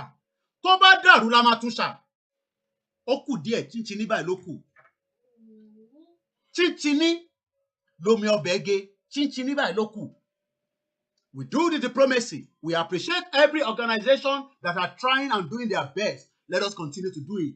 But one day to be one day, something will erupt from inside Nigeria. I can tell you that. That I know, but I will not give you too much detail. One thing will erupt very, very soon in Nigeria. Whether now, next year, in another 6 months, 8 months, something will erupt. And that will then destabilize the whole system once and for all. Ṣèbí tí ìlú bá gbádùn ni diplomatic máa wọ̀, tí ìlú bá gbádùn ni foreigner máa wá sílé, tí ìlú bá gbádùn lẹ́yìn tó máa lọ́lé, ẹ̀yin gan ò ní lè lọ́lé mọ́, ẹ wà níbi tẹ́ wà, ẹ máa wò lórí CNN, ẹ máa wò lórí BBC, ẹ máa wò lórí Sky News, ẹ máa wò lórí Koiki Media. Bó ṣe máa ṣẹlẹ̀ gangan nìyẹn. Bó ṣe máa ṣẹlẹ̀, àníṣe àwọn parents wa ló bẹ̀rù military níjọ́ náà lọ́hùn. Gbogbo military tó bẹ̀rù náà dà, Babangida dà nísìn, gbogbo pé tẹ́ bẹ̀rù Babangida kò lè gbé rẹ̀ kúrò lórí ìjókòó. Babangida cannot stand on his feet for 10 minutes. Aṣùgbọ́n máa kú dànù ni. Orí wheelchair ló ń jókòó sí. And these are the guys táwọn parents wa tó bẹ̀rù. You are not expecting me to be fearful of Buratai. Tani Buratai? Àmì kọ́ lọ kó 200,000 Buratai wá kó bí aláyẹ ẹ̀dá ní kọ́ta fẹ́ ṣe. Kọ́ lọ kó 2 million Buratai wá sí Nàìjíríà. And I know the federal government I'm talking to you now. We know that you are preparing hit squad. Gbogbo bí tí wọ́n ti ń train àti mọ̀. Adi pẹ̀lú ra wa sẹ́. You think we are joking? They are training hit squad. Ẹ mọ̀ tó ń pè ní hit squad. Àwọn tó máa pààyàn. They are what is the first 2 batch. The 3rd batch is ongoing. I won't go into too much details. They are preparing hit squad. Ẹ rántí gba Abacha. Ẹ rántí Abacha tó náà ṣe ní hit squad. The federal government, Buratai, is already preparing that as well. He knows that this thing will lead to a fight. The federal government knows that what we are saying will lead eventually to a fight. They know that. They know that already. So it is due in diaspora that think that this is just like we come here, we talk, you are listening to different programs. Some of us are preparing for fight. Or Baba, Elder Professor Banji Akintoye can be preparing with the UN for diplomacy. But we are preparing for fight. And I am not Professor Banji Akintoye. I am Yomi Koiki. They know that. The federal government knows that. So Buratai, Buratai is preparing hit squad in different states ready. We know where they are. Ama kolurawa repete. Ama shekini. Ama kolurawa repete. Ama kolurawa repete. It is when Nigeria is unstable, the world will then be asking the question, what is going on in Nigeria? And then they will say, the Yoruba people say, enough is enough. Ṣẹ̀rí nígbà yẹn ni protest mama wa dùn níta. Ṣẹ̀rí nígbà tí a bá ti bẹ̀rẹ̀ tí ń bára wa fa wàhálà nínú Nàìjíríà. Ìgbà tẹ́yìn bá ń ṣe protest, the world will start blowing poo poo poo poo poo. Like because they know that if Nigeria go boost, there will be more chaos around the whole world. ẹni tó fẹ́ deport kò ní lè lọlé torí kò sí ìlú tó ń bọ̀. So all illegal immigrants tó bá wà níta, you automatically become a citizen of that country because by that time there is fire on the mountain in Nigeria. And that is the only way out. That is the only way out. I said, Buratai, we already know your 3 squad in Lagos. Ibi tó ti train, gbogbo ẹ̀ àti mọ̀. Ibi tẹ́ ti train wọn àti mọ̀. But we are prepared for you as well. And he said, we are ready to take this risk to get a Yoruba nation. Ẹni tó bá ready láti take a risk, you better start coming out of the vehicle now. I told you from December, a máa gbóná ní iṣẹ́. Èmi ti sọ fún yín, we are now in the month of December that I told you that we are now ready to go head to head with the federal government. Head to head, ni mo sọ, a fẹ́ bá wọn jà. We are ready to go head to head with the federal government. Mélòó ni wọ́n? Ẹ gbọ́ wẹ́n. Àfi kọ́ya lọ gba more machineries. Ẹ ti gbọ́ tó ti lo language. They want to bring more machineries. Ẹ lọ kún wọn wá sí. Import more from Niger on Chad. Let them come into the country. The country will be ungoverned for every one of us until we get a Yoruba nation. Ẹni tó bá lẹ́mìí, this is where ẹni tó bá mọ̀ pé ó máa ní àtàtà àti bá ti ń sọ̀rọ̀ nísìn. Ó bẹ́tà kó bọ́lẹ̀ nínú mọ́tò yẹn because you get hot every day from now. Ẹ rò pé à ń ṣeré ni. Ẹ rò pé eré la gbé dání. You think we are joking? Ẹ fẹ́ kó wa lọ sóko ẹrú? Ẹ fẹ́ kó wa lọ sóko ẹrú àbí? Ẹ fẹ́ kó wa lọ sóko ẹrú? Àdìgbà fún yín. Enough is enough. Enough is enough. Where family have been broken, where family have been distorted, where a nation, a tribe is about to go into extinction, some of us are ready to take the risk to rescue it. Some of us, not every one of us. Only few of us are ready to take that risk. And we will take that risk all the way down. All the way down. Òyìnbó ló máa gba ticket. Ara ticket fún rẹ̀. A máa lọ Cambodia. Wàá máa béèrè pé tó débẹ̀ rí ni a náà ò débẹ̀ rí. And let me go and take the risk. Tó o bá take risk yẹn, tó bá padà bọ̀, fine. Tó o bá padà bọ̀, ó máa ní details nǹkan tó ti kọ sínú ìwé. Ẹni tó bá tún máa lọ again. Why do you think people go to Mount Everest? With all the risk, ẹ wá ní ká má take a risk in Nigeria. Oh, don't fight the federal government. Tí ready, ní weapon. Shut up your mouth. Ẹ lọ fìyẹn sílẹ̀. Tó o bá lè donate owó, keep your money to yourself. Sórí owó tó fẹ́ lò Nigeria, ní lè lead o. When the country become unstable and ungoverned. Sórí owó tó wọ́n fẹ́ fi máa kọ́lé, gbogbo yẹn ò ní lè work. Because Nigeria will be ungoverned very, very soon. Very, very soon, ni mo sọ. Àti ń débẹ̀. We are not going to drag this for another 10, 20 years. Gbogbo àti ya wèrè nìyẹn.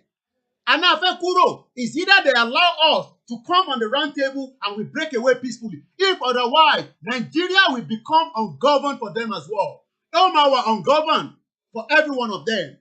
And that is everybody knows. To build, it takes mapping. Ṣẹ́rí pé àwọn ti build in Nigeria to the standard táwọn feel. Àwọn ti ní DSS, àwọn ti ní military. Ó lọ kó gòdògòdò. Ẹ mọ̀ àwọn tó ń pè ní gòdògòdò. Anytime tẹ́ bá ti rí àwọn èèyàn ní Nigeria nísìn, especially if they were in the southwest, some of them, they are not wearing uniform. They are already in the southwest of the country, but we are ready for them. Gbogbo ibi tó kọ́ wọn sí la mọ̀. They are renting private accommodation all over Lagos, putting people there, getting ready for us as well. Gbogbo ẹ̀ láti mọ̀ sẹ́. I told you the other day, anywhere you see antenna within your street, you better start monitoring that building. Anywhere tẹ́ bá ti rí antenna in your street, especially in Lagos, ìjà yẹn ó máa dùn ìjà sẹ́. Tí mọ̀ kankan. Diplomacy ò ní work nígbà yẹn nítorí pé a máa gbóná, wọ́n máa tètè fẹ́ yanjú ẹ̀. A máa sọ pé nígbà yẹn. Ṣé à ń bẹ́ gbogbo yín nísìnyí ẹ̀ dáhùn? Ṣẹ́rí tó bá bẹ̀rẹ̀, ó máa ràn bí fáyà ni, bí dragon. Ẹ̀rọ ti pé yẹ̀kan pèsè orí show lánàá pé àwa kọ́ la jọ anywhere ní Nàìjíríà o. Dragon ni. Dragon kẹ̀rí, ó máa lọ báyìí. Ibi tó bá fẹ́ sí ló máa mú. You think we are wasting time for another 10 years, 30 years before we come? No, Yoruba nation will come. By fire, by force. That's all. By fire, by force. By fire, by force. And if you think it is only me you are dealing with, you are dealing with millions of spirits that you can never see. Spirit, lembaja. Enough is enough. We are sacrificed enough to have saved that country, but the country is not worth saving anymore. So we're going to bring it down completely. Òun ló easy jù. Ṣẹ́rí àti bring it down. Òun ló easy jù láyé. Ṣẹ́rí àti build. òun ló difficult because ó máa need planning. Why do you put this place? Put it there, put it there. But to bring it down, òun ló easy jù. To bring Nigeria down, òun ló easy jù. But because a lot of you are sitting down every day, you want us to continue to reveal what we want to do to you. No, no, no, that is not going to happen. Let us continue awareness. That's what we're going to tell you. We are doing awareness. Awareness náà ṣàlàyé àbí? Awareness náà ṣe. But tó bá bí aláya government dá, níbi tẹ́yìn bá ti kọ́ bọ́ọ̀sì yín, kọ́ wá gbé yín. Back. The Fulani people will fight back. They will fight back as well. But that is the only way we will then say, we will say au revoir to Nigeria. Usman Dafodio agenda, we bring it down completely. Sultan of Sokoto agenda, we will bring it down completely. And that is the only way out. Any other thing apart from that, we will be there for 30 years, but we are not ready to do that. 30 years from now, I will be in my 70s. I will not have the same energy I have now. Yoruba nation, non-negotiable. Anyone that says, you guys, you are just making mouth. Okay. You self, is either you will be running to Togo or running to Benin Republic. If not, it's either you fight and defend yourself. Tell you about that, she said, I think go, wọ́n mú kankan. Tó bá bẹ̀rẹ̀, wọ́n máa gbé ní orí rédíò. Hey, ẹ gbà wá níbí o. Bó ṣe máa rí nìyẹn. But a ti mọ̀ pé ẹ̀jẹ̀ ta fẹ́ ṣàn lọ ni. Ẹ̀jẹ̀ ta máa ṣàn lọ completely. In any home, tó bá ti pẹran ọdún, wọ́n máa láti ṣàn ẹ̀jẹ̀ yẹn kúrò pátápátá. Ẹ̀jẹ̀ yẹn ò tún ní wà ńbẹ̀ títí di next year. Ẹ̀jẹ̀ Nàìjíríà a fẹ́ ṣàn kúrò pátápátá. Ẹ̀jẹ̀ tí wọ́n ti fi hold gbogbo wa, we are ready to clean it away once and for all. Enough is enough. Enough is enough. How many years are we going to use? Do you know that somebody will send money home today? I sent just small change to Nigeria. The bank, First Bank of Nigeria, 419. It's only Nigeria that you want to go to ATM. The money we hand, they will tell you 10 days before you get your money. In an emergency, I don't have to send the war me somewhere. We have to send another money straight away because it's an health issue. That is the country. So you are telling me that I'm mad not to fight. We send money home to First Bank account today. It was even yesterday. It's not even today. It was yesterday. And the person called me and said, Rowo, your money to Kini. Because of what? They are now telling the person it will take another 10 working days to withdraw the money in an emergency. We have is that the country? I am asking you, is that the way Barclays Bank operates? Where you go to ATM, they credit your account that you have taken the money, even though the money did not come out. And then you go to Barclays Bank, and Barclays will tell me, I will wait 10 days before I collect my money. What is Jogo building by Barclays? That is what Nigerians are facing every day. We have to send another money straight away today because it was an health issue emergency. If the country was working, I shouldn't have sent money for that health emergency in the first place. I shouldn't have sent the money. But because the country is not working, so why are you not saying that we should not clean the blood? Let us wash the blood away now. That is the only way we can rescue the people at home. Any other thing from that, the pressure will just come when we have started the problem. But for now, we are still doing, negotiation, hoping that they will come on the round table. But if they refuse to come on the round table, that means we will start the problem. In a bank, First Bank of Nigeria, and they say they have been there for 100 years. First Bank, controlled by the same Fulani. Oh, you don't know. Hey, Lebon, you don't know. You will never know that that every bank in Nigeria is controlled by the Fulani man. But they put the Yoruba man and the Igbo man and the Yoruba and the other ones to be part of the, you know how they do it. They know that Nigeria cannot sustain the way it's going. They know that. 10 days, a money that we sent, diaspora money. Remember, this is diaspora money. The same shit that they're telling you, diaspora money that we sent right? Diaspora money. Let me come back here. I sent money home yesterday. It's not a lot of money. I don't have to give the figure. It's not a lot of money, but it was an emergency money for the person we sent it to. Health issue. Health purpose. Health purpose. A Yoruba person. But do you know that when the person called me and say, the money got stuck. Money got stuck from where? The money has left already. It should be in your account. Oh yeah, the money was there, but when I tried to withdraw it, the money did not come out. I'm in the bank. The bank said 10 days. 10 working days. So that means Kenny Yekotiku, Abibeko, and you are now telling me that we should not fight and let's save more lives. So if we do not send another money, the tendency that the person will die is about almost give and take 70%. Oi. Hello? Give me that. Don't play with that. 60%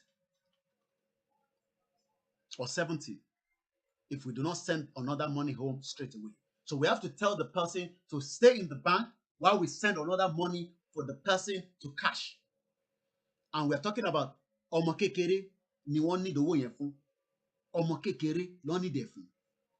Ẹ̀yin wá ń sọ pé ká máa ṣe pẹ̀tẹ̀lẹ̀ pẹ̀lú wọn, ká máa ṣe sùúrù pẹ̀lú wọn. Owó diaspora ó tún hang sínú first bank, and it's going like that with all the banks. No, I'm asking you, is that a system that is working? Is that a system that is working? +4475 94050 Mo kí yín tọ̀wọ̀tọ̀wọ̀ gbogbo ẹni tí ẹ ti darapọ̀ mọ́ wa. Akin, welcome on board. Udain Samuel, welcome on board. Tox Johnson, welcome to the show as well. Mama wa Omolara Iyabo Ajala, welcome on board. Folashade Sholatan, welcome to the show as well. Our people think this Fulani issue is a joke. It is not a joke. It is a threat to life. I said we sent money home yesterday for emergency. Cash up the money. The money got hanged 10 days before the money will be released. And you say that is a country. 70% if we do not send that another same money home straight away. 70% ọmọ yẹn máa kú. 70% ni mo sọ ọmọ yẹn máa kú. Ó lè máa kú straight away. But 10 days yẹn tí kò bá rí owó mi, tí kò dẹ̀ sí any means, ọmọ yẹn kọ́lọ̀ ń jẹ́ kó wà láyé. And this is what they've done to everybody. Now, let's come to the travel advisory for those of you at home. I'm sure some of you have seen the communique or either like a write-up. I don't know whoever it was, but it's, I think, one organization. Like I said, different organizations doing different things. So I'm going to bring that and I'm going to read it. Every precaution now is important. You must start taking precaution of your life because the federal government is not giving you any adequate security. Anything you can do to protect your life and your family, especially those of you that will be traveling between now and then, especially the diaspora that will be going home for the Christmas. You can go home. The problem have not started. But ìjọ tó bá bẹ̀rẹ̀, ó ṣe ṣe pé inú Nàìjíríà ló máa wà. But tó bá jẹ́ pé American citizen ní ẹni, wàá lift ẹ̀ wá gbé kúrò ní Nàìjíríà. But any other person, àjọ máa wà nínú ẹni, àjọ máa yanjú ẹni. So let me quickly give us the travel advisory that came out some few days ago. It's gone in circulation to different WhatsApp groups. But this time around, I'll be reading it from here. And I want everybody to make sure that you remember that your life is no longer in the hands of the federal government. Your life now is in your own hand. If you like, you take this advisory note. If you like, you don't take it. It's entirely up to you. It is now when you are traveling to your village, you get carried away driving. You must remain absolute focus because they are Fulani ready to attack you anywhere along the routes. Yes, Fulani Nigeria is now a Fulani Nigeria and Nigeria now. So let me quickly give you the write-up. Let me make sure my camera is not blocking so I can move it if I have to. Once again, a very good afternoon. And I'm going to move my camera to the side so that I can be able to read that to you. Once again, this is a travel guide for Oduduwa people in the mass killing field we call Nigeria. I'm sure some of you must have seen it before. So let me read it through. Let me quickly take this call, and I'm going to allow that call because I know sometimes people at work, but I'm going to push the brother as well quickly. Okay,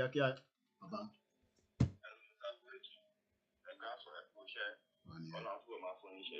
Share the money. Mo ti ń gbọ́ nǹkan tẹ̀ ń sọ látàárọ̀ lénìí. Ṣé rí àwọn ọmọ Yorùbá, a má parọ́ tanra wa jẹ. Ọ̀pọ̀lọpọ̀ wọn, òjò ni wọn. Wọ́n dẹ̀ fi kí bóyá nǹkan tá à ń sọ yìí. Tẹ̀tí kéètò tẹ̀tí láti tó ẹ̀ fi ṣeré ni. Wọ́n yà dìde because àwọn Fúlàní the only language to understand is they want to conquer, they want to kill. They are not ready to talk. We should forget about peaceful separation. We should forget about let's come to round table and talk. These people don't want to talk. And we should protect them. Ọlọ́run máa bá wa ṣe, Ọlọ́run ti bá wa ṣe already. We should gbé spirit dìde nínú wa. We should gbé èyí báyìí dìde. Then ń lago yẹn sí àwọn ọmọ Yorùbá létí. So àwọn ọmọ Yorùbá a ní láti ṣàkíyèsí. Láti dìde. A ní láti dìde ká fèsì kò láyà nìkan. Àwọn ọmọ Igbo ti dìde, àwọn ọmọ Nàìjíríà jẹ́dá ti dìde, àwa nìkan ṣáá ni. A ní láti dìde ní o. Wọ́n dẹ̀ ní tí kúrò bá pani, òjò òde pani. Àkọ́kọ́ bẹ̀rẹ̀ pẹ̀lú àwọn ọba, àwọn politician, àwọn oníjẹkújẹ tó wà láàrin wa. A ní láti dìde ní o. Because àwọn Fúlàní yìí dẹ̀ bá gbọ́ kẹ́ gbọ́ sétí dáadáa. All they want to do is to kill and conquer. Ilé wọn ṣe wípé èdè wọn ló mú wa, àbọ̀tẹ̀ wọn ló mú wa, àbí kíni kan ló mú. Àti ọ̀lẹ́ ni ọ̀pọ̀lọpọ̀ wa ọ̀lẹ́ ni wá. Àdé láti dìde ní òkú ọ̀sẹ̀ tó fẹ́ kú Fúlàní máa pa. Fúlàní máa pa. Olóòfẹ́ kú òfẹ́ jà bẹ̀ Fúlàní ń bọ̀ wá pa ẹ́. Wọ́n tó lójú. You just have to stand up ní and fight this battle and face this Goliath. You have to be courageous. You have to be courageous. Nobody's coming to fight this battle for you. Nobody's coming to defend you. Yeah. You have to stand up on your own. Ben. All the resources you got to fight this battle. Forget Nigerians coming, they're not going to defend you. They are Fulani. Everything is controlled by Fulani. All they want to do is to offer extinct Fulani. And all means, Lord, like to extinct all means. I shall be a nigga. I'm a survive. Ẹjọ́ tó lọ lọ́wọ́ ẹ̀yọ́ ọmọ Yorùbá kété yín là dáadáa o. Kété wá là dáadáa o ẹjọ́ o. Wọ́n fẹ́ extinct wa ní o. You are saying you don't want bloodshed, you don't want this, you don't want that. People don't want to kill you. What are you going to do? My because you go buy Sunni asala. Là ń láti dìde ẹjọ́ o. Pẹ̀lú kó sọ́ọ̀sì tá lágbàlagbà tẹ̀yà yìí o. Ẹjọ́ tó lọ lọ́wọ́. Ẹjẹ́ aṣọ máa kí o. Gbogbo ojú tá a ṣe ẹni tá a jáwọ́ nù ẹ o. Àwọn Mr. Koiki àǹkó tẹ́ ń ṣètò ìtẹ́ ìlédìí wa. Ọlọ́run máa fún yín ṣe o. Ẹ ṣé gan-an. Àwọn àgbà àgbàdàgbà rẹ̀ àti fámìlì yìí o. Amen. Ẹ ṣé gan-an. All right. Thank you very much. All right then. Ẹ ṣé gan-an. Ẹ má bínú ẹ̀yin èèyàn wa, the speaker was not charged properly and the volume was quite low. Let me quickly read this travel advisory to us. Please listen carefully. Take every precaution when you're traveling to your village. It doesn't matter whether you're traveling from Lagos to Ibadan. Anything can happen at anywhere. And it is up to us to make sure that everybody, take this advisory note. Very, very important. Travel guide for Oodua people in the mass killing field we call Nigeria. This was issued on the December the 1st, 2020. The travel guide below has been compiled by intelligence unit Akpapo Oodua Koya, for all descendants of Oduduwa all over the world. The guide is for those traveling within Nigeria now or in the future. Avoid going to any of the northeast, northwest of Nigeria, no matter how important your assignment is. Don't go to the northeast, northwest of Nigeria, no matter how important your assignment. I repeat again, please, we are not taking calls. Please do not call, because this travel guide, over important, and I don't want to be saying we are not taking calls when calls are coming through. Please, I'm begging everybody. Very, very crucial and important. I'm going to go over again. This is a travel guide to every one of us. Whether you are in Nigeria, whether you are going to Nigeria, it doesn't matter. everybody must take precaution from now on until we come out of that shithole called Nigeria. You must avoid going to any of the northeast, northwest of Nigeria, no matter how important your assignment is. The north central is neither safe. Avoid Kaduna by all means possible. Stop it. Thank you. Avoid Kaduna by all means possible. Your best choice is to travel by air to any of the core northern states. If you insist, you must travel. Lẹ́ẹ̀kan sí, wọ́n ní kẹ́ máa lọ sí northeast, northwest for any, no matter the assignment àbí nǹkan kan ní ṣe lọ́hùn, no matter how important it is. No matter how important it might be, wọ́n ní kẹ́ máa lọ síbẹ̀ rárá. Ẹ má travel lọ sí northeast, ẹ má travel lọ sí northwest of Nigeria. Kò sí bí nǹkan náà ṣe lè wà important. Ẹ má lọ sí north central. Kò sí bí nǹkan náà ṣe lè wà important. Nítorí pé gbogbo bẹ̀yẹn ń kọ́ ó léwu fún wa fọmọ káàárọ̀ òjíire. Kéde ni mò ń sọ fún yín o. Wọ́n ní kí n sọ fún yín. Mo ó pé ẹ̀ ń gbọ́ dáadáa o. Bí ṣe ń sọ lóyìnbó, màá máa sọ lédè wa kó lè bá yé wa dáadáa.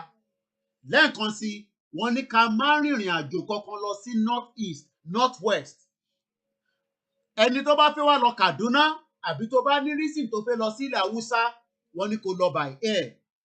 Your best choice is to travel by air. A mọ̀ pé wọ́n, it is expensive. Ìwọ ló máa mọ tó fẹ́ mú ẹ lọ sí north o. Ẹ̀yin tẹ̀lé wà nílẹ̀ Haúsá, wọ́n ní kẹ́ máa padà bọ̀ nísàlẹ̀. Ẹ máa bọ̀ nísàlẹ̀ before it is too late. While traveling in the southwest, fún ẹ̀yin tí ẹ wà ní agbègbè southwest nílẹ̀ káàárọ̀ òjíire, your fatherland. Bẹ́ẹ̀ ni, our fatherland tí Fúlàní fẹ́ gbà kúrò lọ́wọ́ wa, our fatherland tó di pé wọ́n ń da ẹran lálẹ́ lọ́sàn-án àbí bẹ́ẹ̀ kọ́, ṣèbí fídíò yìí la fi wọ̀nyí lẹ́ẹ̀kan. Bó ṣe ń dẹran lọ́sàn-án ló ń dà lálẹ́, ẹ rí pé bó ṣe ń dẹran lọ́sàn-án màálù nìyẹn lálẹ́ o. Màálù nìyẹn lálẹ́ o. Ṣé táwọn tó yẹ kẹ́yìn máa da màálù ni? Ṣé táwọn tó yẹ kẹ́yìn máa da màálù ni? Lálẹ́ ó ní òpè rárá. Àwọn màálù lẹ́rìí tó ń da màálù káàkiri lẹ́rìí lójú títí o. Lálẹ́ àlè kọjá mọ́ o. Ọ̀rọ̀ yìí la lè ṣe sọ tọ́lé ni. Ṣé ń ríran? Ẹ ti rí wọn lálẹ́ báyìí, ẹ rí wọn. Ẹ rí wọn ṣe ń dà wọn káàkiri. Àwọn màálù lẹ́ ń wo yẹn ara mi ní Britain o, ní Nàìjíríà ní lọ́nà ìrúwà. Ìyẹn ló ṣe ní ká máa kéde fún gbogbo yín báyìí o. Ẹni tó bá létí inú kó gbọ́ nǹkan tá à ń sọ o. Ẹni tó bá létí inú kó gbọ́ nǹkan tá à ń sọ o. Bẹ́ẹ̀ ni o, a máa translate ẹ̀ bí Yorùbá tèmi bá ṣe yé mi. But I'm also quickly going to do something now as well. Màá lift kìíní. I'm a translator. Before I go further, bear with me again.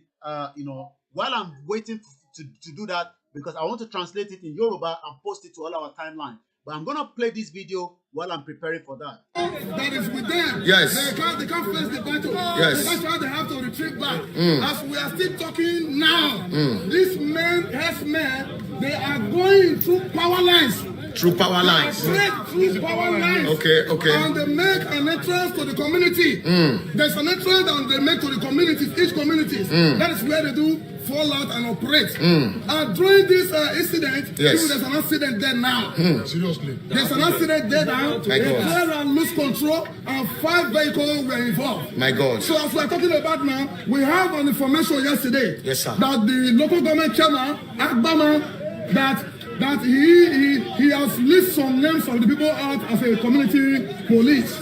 Me and the chairman, Mr. Ogaba Friday, we went to yesterday to confirm on how what he told us about some time ago, on how it's going to be confirmed. Yes. As we went to that place, on no avail. Yes.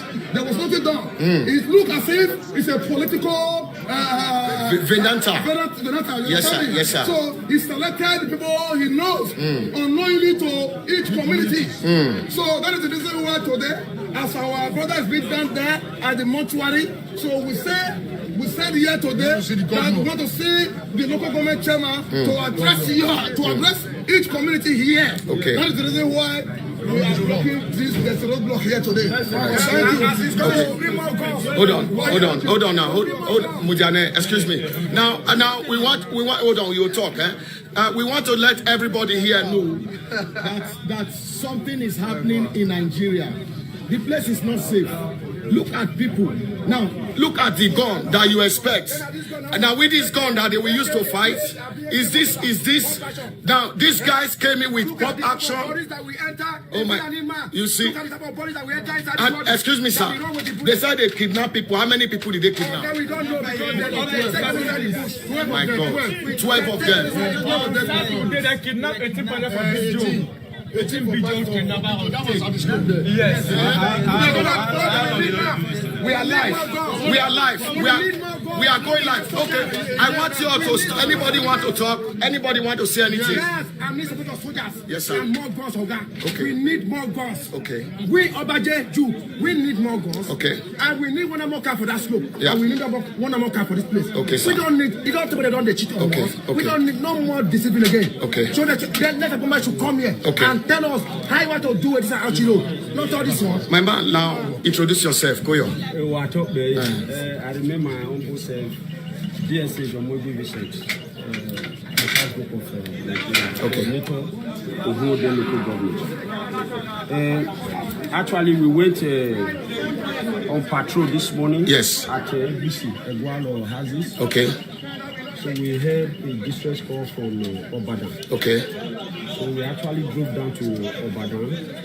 On arriving there, there was nothing happened. Nothing happened. We just stayed there for like about 30 to 1 hour. Okay. 30 minutes to 1 hour. Okay. Then we saw. We're gonna come back here. So if you look on the comment, those of you that are watching us on different timeline, maybe not yet on YouTube, you will notice that I have posted now the write-up in Yoruba. Multi-translate as Yoruba. Eba wa ma pike, eba wa ma send us. How to ye fogbo. Share security. Discuss. Nigeria is on fire already, but I'm going to read this again in English, and I'll try to also, translate it as I go along as well. But you'll have to bear with me, with my Yoruba. So now let me come back now, to this, write-up. So I'm going to read straight away in English, and then we'll try and do the translation as we go along. Again, while traveling in the Southwest, your fatherland. Make sure that my mic is on. Yeah, that's good. Yeah, my mic is on. While traveling in the Southwest, your fatherland, beware of the non-indigenous armed kidnappers and murderers.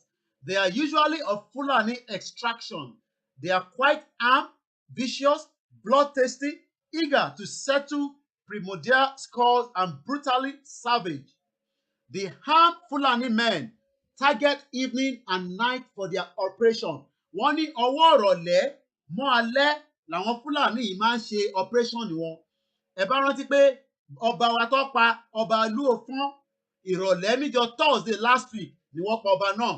Àárọ̀ ni wọ́n àtáàkì pastor kan on that same day.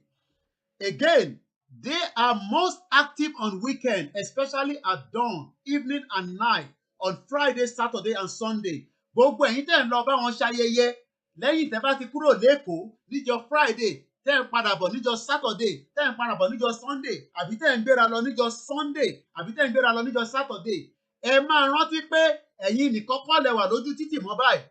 A ti ní Fúlàní tó ń gbéyàn tó ń pààyàn tó ti dúró tó fẹ́ pa yín tó máa gbé yín lọ tó bá gbowó lọ́wọ́ yín wá pa yín wá bá yín sùn. Never travel with your family. Wọ́n ní kẹ́ má travel pẹ̀lú family yín. Ẹ máa pínra yín sínú mọ́tò ni.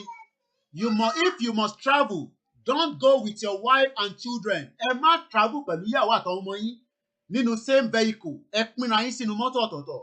Family in a car is usually prime target. Knowing resistance will be minimal. Wọ́n ti mọ̀ pé mọ́tò tó ń bọ̀ yẹn, wọ́n ti níyàn kan tó máa fún wọn ní signal pé mọ́tò báyìí ó fẹ́ dọ́dọ̀ yín. Ẹ̀yin family báyìí ló wà ní, wọ́n lè má mọ̀ tó wà ń bẹ̀ bọ̀ wá ti rí pé family ni. Wọ́n máa ń sọ fún wa nísìnyí pé ẹ má travel pẹ̀lú family yín, ẹ pínra yín sínú mọ́tò ọ̀tọ̀ọ̀tọ̀. Lẹ́ẹ̀kan sí, if you must travel, ẹ máa múra bí ẹni tó fẹ́ ja ogun. Ẹ múra tó wà smart, má dàgbádá wèrè bolẹ̀ tó ní lè sáré dágbádá máa kó ẹlẹ́sẹ̀. Ẹ̀yin Yorùbá, má róró àti bùbá, ẹ lọ́ọ́ máa ró yẹn tó bá dé patí tó ń lọ tó bá dé Jẹ̀bú. Ẹ̀yin tẹ láìkì patí rẹpẹtẹ báyìí, tẹ́ ń bá wọn lọ sí ayẹyẹ. Àní kẹ́ má lọ bá wọn ṣe ayẹyẹ, àmọ́ má dẹnu sílẹ̀, má jẹ́ kí Fúlàní kan mú ẹ ní ìmọ́lẹ̀ pé kinní. Lẹ́ẹ̀kan sí, ìyàn kan náà ní kẹ́ máa ka Psalm 127. Again, wọ́n ní kẹ́ múra, dress very smart. Dress very smart. We talk too much. Do something. I hope you are doing something as well. Morgan Kennedy. I hope you can call in and tell me what you are doing if you say we are talking too much. Once again, let's come back here. Always keep a dummy phone at hand with your real phone. Should be left in silent in your car. Delete all your bank details on your phone. Tó bá mọ̀ pé o fẹ́ rìnrìn àjò, gbogbo bank details ẹ má jẹ́ kó wà lórí phone ẹ. Harm yourself. Tó bá lè harm ara ẹ, gbogbo kíkọ tó bá fẹ́ lè lò ìwọ ló kù sí lọ́wọ́. Kò bá jẹ́ ti ìbílẹ̀ ni, kò bá jẹ́ ti conventional ni. Ìtorí pé a ti wà nínú ogun báyìí. Tó bá lè pa kábíyèsí tí kò síyàn kankan tó rescue kábíyèsí, ó ṣeé ṣe kó pa wọ́n náà. Kò dẹ̀ síyàn kankan tó máa rescue ẹ. A ti wà nínú ogun báyìí o. Ìtàn ni kí n kà fún yín. I'm sure some of you must have seen this before, but I am also reading it out as well. Also, it may be helpful. You can buy dagger. Ẹ̀yin náà ẹ ra dagger, ẹ gbé sínú mọ́tò. Ra ọ̀dà, kó gbé sínú mọ́tò. Ìtorí pé ó lè débi tí ìwọ náà máa bá wọn jà. Multiple defense tools. Gas cannon. Ṣẹ̀rí ẹ̀yin tẹ́ bá ní kíni pepper spray. Ẹ̀yin náà ẹ ra pepper spray, kẹ́ gbé sínú mọ́tò. Bẹ́ẹ̀ni, nígbà tí yàn kan béèrè pé we talk too much, èmi náà ń bí pé iṣẹ́ wo lòun náà ti ṣe, iṣẹ́ wo gan lòun náà ti ṣe. Tony, we are talking too much. Let's come back here. At least iṣẹ́ kan lèmi ṣe lójoojúmọ́, and I've been doing this for how many months now? Láti ń kégbe. Ṣé nígbà tí mò ń pariwo pé Fúlàní máa pa wá, ṣé mo mọ̀ kọ́ máa pa ọba? Nígbà tí mò ń pariwo láti the beginning of the year, ẹ ló máa gbáradì o, wàhálà ń bọ̀, wàhálà ń bọ̀. A lot of you say Koiki Media, shut up. Now, ó ṣe wọ̀ ti pa yín lọ́ba nísìn. So somebody saying, oh, we talk too much, but I've been talking. Did anybody listen? So now that maybe by the time they kill more people will understand that this real. It is real. And more people will eventually be killed. Last week, Saturday, it might be in the north. 110 people were killed just like that. I have the picture, but I can't show you. Go on my status and you'll be able to see it. There's wọ́n gé orí wọn kúrò ni. Wọ́n gé orí wọn kúrò. Bẹ́ẹ̀ni, ẹ̀yin tẹ́ bá dẹ̀ jẹ́ Mùsùlùmí, wọ́n ní kẹ́ ní kùrùsíù lọ́wọ́. Ìsìn ìjà ti wọlé o. Má du agbádá tó náà lọ bá wọn ṣe ayẹyẹ lọ wo agbádá tó bá dé patí o. Torí pé tó bá mú ẹ mọ́lẹ̀, ò ní lè sáré pẹ̀lú agbádá o. Èmi lèmi sọ fún ẹyẹn o. So torí pé èèyàn kan sọ nísìnyí pé we are talking too much. We are talking too much. Nígbà tó bá di next tó bá di weekend yìí nísìn, ẹ tún send video wá láti Nàìjíríà. Wọ́n lọ ṣe party ni. Whereas we are giving advice here now, but nobody wants to take the advice because somebody is saying we are talking too much. At least we are talking. And we are not channels, we are not TVC. And this is not BBC. Because those ones are waiting for the fight. You will see how channels, how Sky News will send every reporter. They will also have armed people that will be protecting their reporter because they want to capture the news when Nigeria go into a fight. And Nigeria will go into a fight. The harm, let me go back here. Pepper spray. Ẹ lọ sọ́jà, kẹ́ lọ ra gbogbo àwọn kinní. Ìwọ tó mọ̀ tó ń lọ sí ìdálẹ̀ ni mò ń sọ o. If you are living in Lagos for now, you are okay. If you are living in any part of the country in Southwest, you are okay. But the moment you know you are traveling out of Lagos or you are coming from Ondo to Lagos, it is up to you to protect yourself. Sherry, let me tell you something. Sherry, gbogbo àwọn driver tó máa ń drive yín yẹn, àwọn bus driver yẹn, ògùn burúkú wà lọ́wọ́ àwọn yẹn o. Ìwọ ló máa pa o. Sórí bus driver yẹn, ìgbérí lè gbé kúrò nínú mọ́tò. A kò gbé kúrò nínú mọ́tò yẹn for few seconds away or few meters away from ibi tó ti ṣẹlẹ̀ ní o.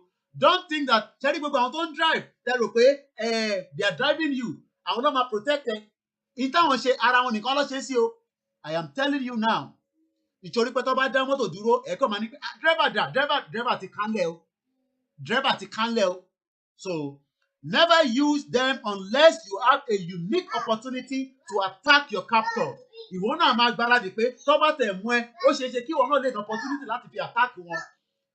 Your attack must be either to escape or to kill your captors. Ìwọ náà máa gbáradì pé ìwọ náà fẹ́ escape àbò fẹ́ pa wọ́n nítorí pé àwọn náà máa pa ẹ́. And if you do not believe, let me remind you again. You know we always remind you because everybody forgot so easily. But it is me, Koiki Media. Let me remind you because this is what I'm going to play to you. I won't play everything straight away, but I'll be playing it along this broadcast while I'm reading that. Remember this video. Remember this video. I'm sure some people know the video I'm going to play now. I'm sure some of you already emphasized the video I'm going to play now.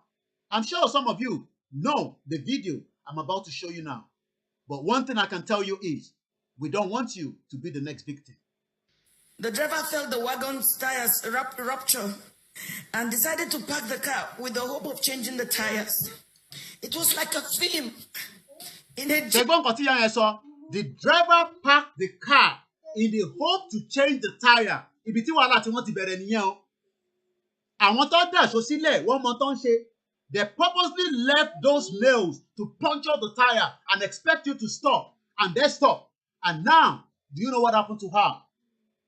So when I'm reading this now, somebody said we are talking too much. But at least we are giving the advice. We are going to fight. So they talk too much about the fight. Don't worry about that. Gas goes. Let me go very soon. The person, this woman and her family were traveling in a car. The same message, only Kikafunyi. And this one was about how many years ago now? It's still relevant in the Yoruba land. The driver felt the puncture of the car tire. That is what she said. Eventually, it led to, let's see a little bit more. See, motley crowd of armed men in military uniform came out of the bush. Did you hear that? Crowd of military guys. Sometimes don't believe that every military guy you see on the road are real military. Gas. Especially look, tó bá ní driver tó bá dùn, ó jẹ́ ya change driver ẹ. Tó bá dẹ̀ jẹ́ pé ó fẹ́ driver rẹ. This is the time to be prepared because anything can happen anywhere. A first-class king was killed in the Yoruba land in Akure, and he was not even traveling that far. So if you say that what we are saying does not mean anything to you, well, I hope it means something to some people. I'm going to leave that video for now so that your mind recollect that video. I will leave that there. So let me come back here. Again, the armed Fulani usually divide into two camps. One camp will stop you in the front. The second camp wait for you to reverse before attacking from the back. If you have a heavy car that can knock and kill those at the front, one could drive, could drive. If not, you are going to be secure on the scene. But this is what you're going to end up if you do not drive and kill them. They fired at the boot of the car. Ahead of us, 5 of them came out They of the fired bush. at the back of the boot of the car. They did not fire in the front. The fire came from the boot of the car because they know that the driver might probably want to reverse back. If the vehicle have not stopped, I'm not sure, maybe this family will have encountered what they went through. But because they were trying to repair the vehicle tire, this led to where they were captured and they become the victim of the Boko Haram and the Fulani. And this is an advice. Amotekun will not come and rescue you in time. It will be too late before Amotekun get there. What you move Mouse, these guys know our terrain very well. Calm down. Yeah, go on then. These guys, they know our terrain very, very well. And you know terrain. You don't know those bush. These guys, they know this bush very well. So let me go back to the write-up again. Once again, the Fulani will usually divide into two camps. One camp stops you in the front. The second camp waits for you to reverse before attacking you from the back. If you have a heavy car that can knock and kill those in the front, please do so. Again, train yourself on how to use weapons in self-defense. You may find yourself in a position to use the AK-47 abandoned in a hurry by the kidnappers or left carelessly where you are kept in the bush. Ìtàn ṣàlàyé ni pé ó ṣeé ṣe pé ìbọn tó wà lọ́wọ́ Fúlàní nígbà tí kìnìkìnì bá bú àwọn náà kó ju AK-47 sílẹ̀ tí wọn náà bá gbé AK-47 yẹn kí wọn náà yí padà fún wọn. Mo kí ẹ ìwà pẹ̀lú ẹ̀wà. Let's finish this up. The Fulani headmen usually explore bad portion of the road. Drive as fast as possible through such portion. Be swift, decisive on the road. Do not use your phone while traveling. Má get carried away lórí Facebook, lórí WhatsApp. kó má jẹ́ pé bí o bá ti wo fóònù ibẹ̀ ni Fúlàní máa ti gbé ẹ mú. Yes. Again, it will distract you from concentration and keep observation. Ẹ jọ̀ọ́ ẹ ṣe sùúrù ẹni tó ń pè, I'm gonna open phone line after this. Also, remember to fill your tank from the point of departure. Má lọ máa sọ pé epo tán nínú mọ́tò níbi tí Fúlàní máa ti gbé ẹ mú. Make sure that don't travel alone. Má jẹ́ àdájẹ́ pẹ̀lú mi dání. Ànírílá burú o.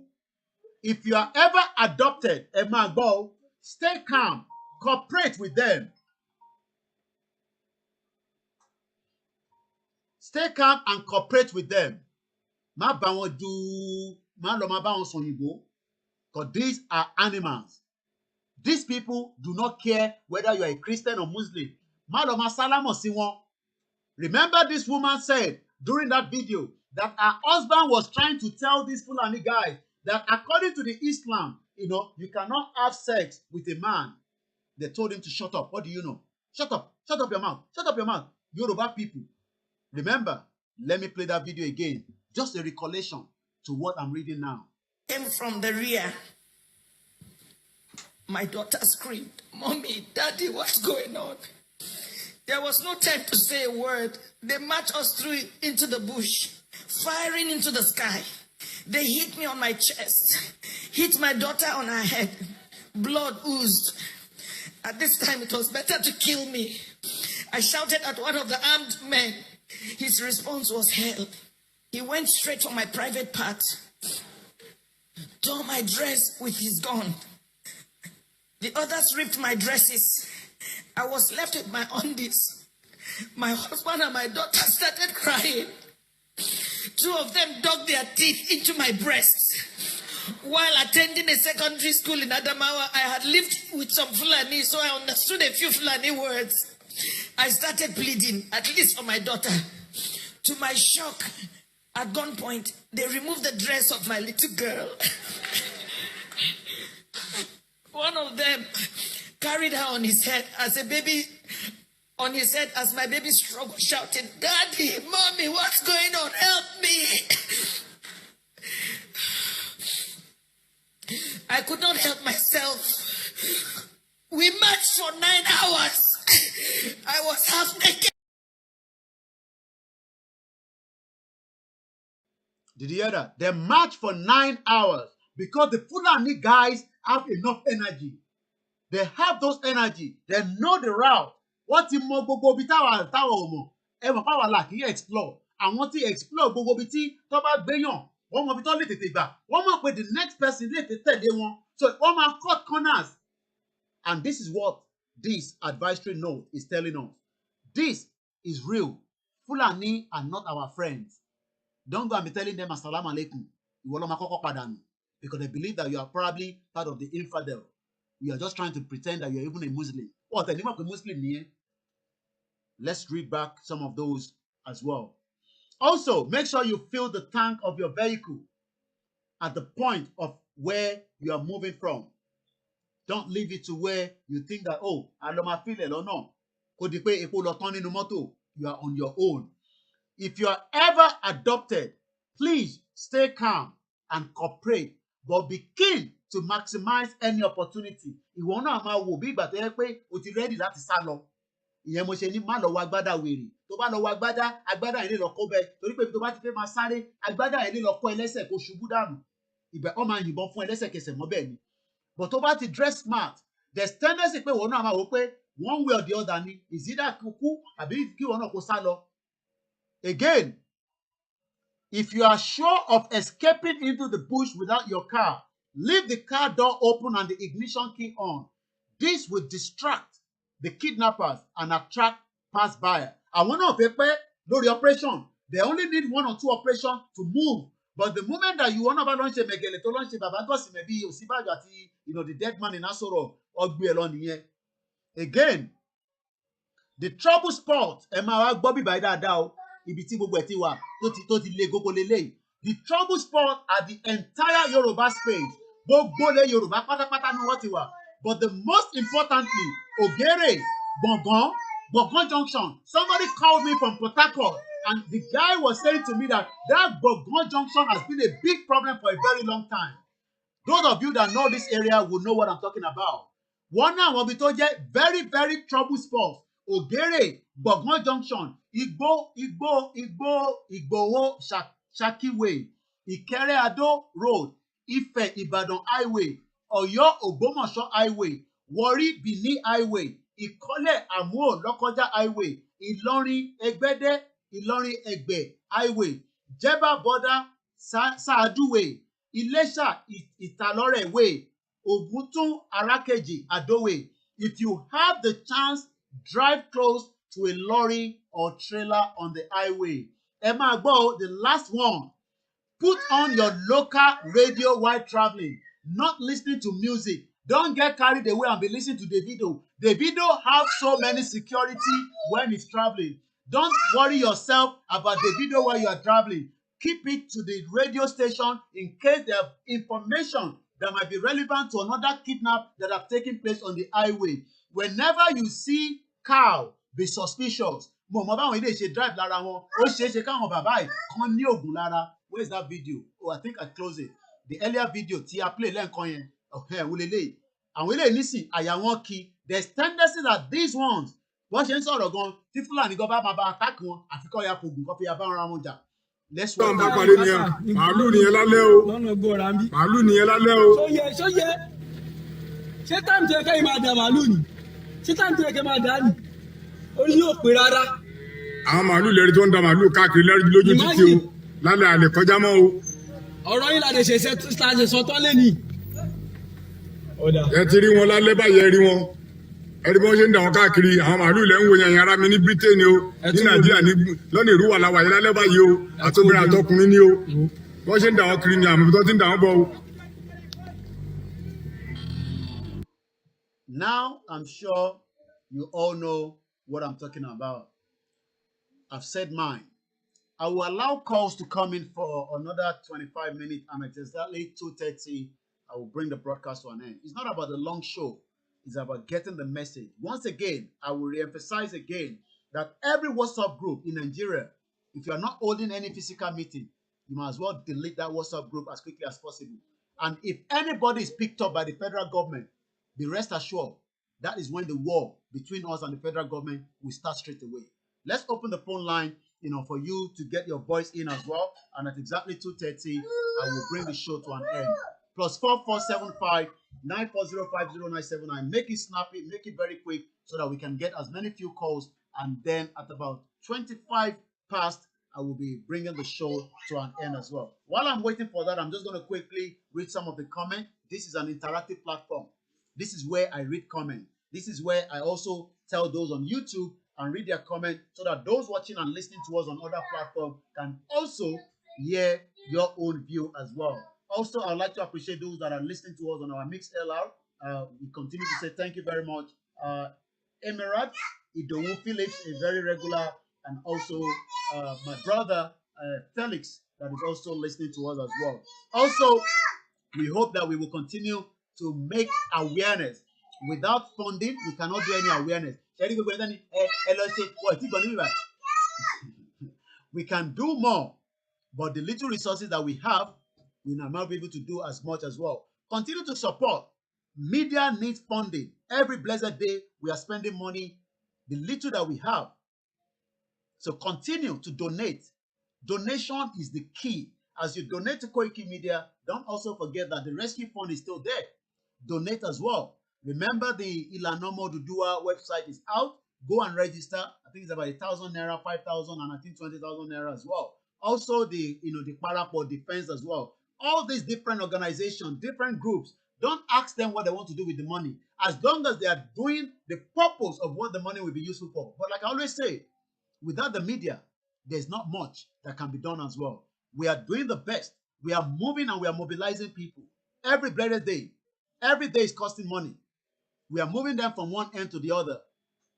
And I am not scared to say, ìjọ tó bá ti gbé kan nú wọn, ìjọ yẹn láti bẹ̀rẹ̀ ogun pẹ̀lú government.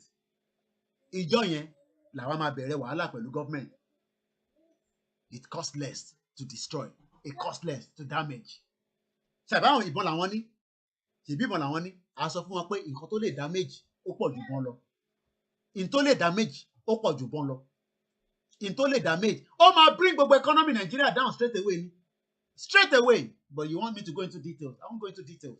I'll leave that into the stomach. We are not going to have election in 2023. The politicians are wasting their time. Tó bá wù wọ́n, let them consult any oracle.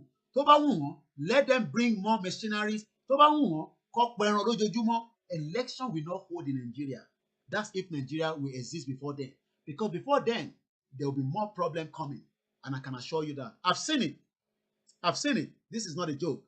There will be those coming very, very soon. Chinchini díẹ̀ ló kù.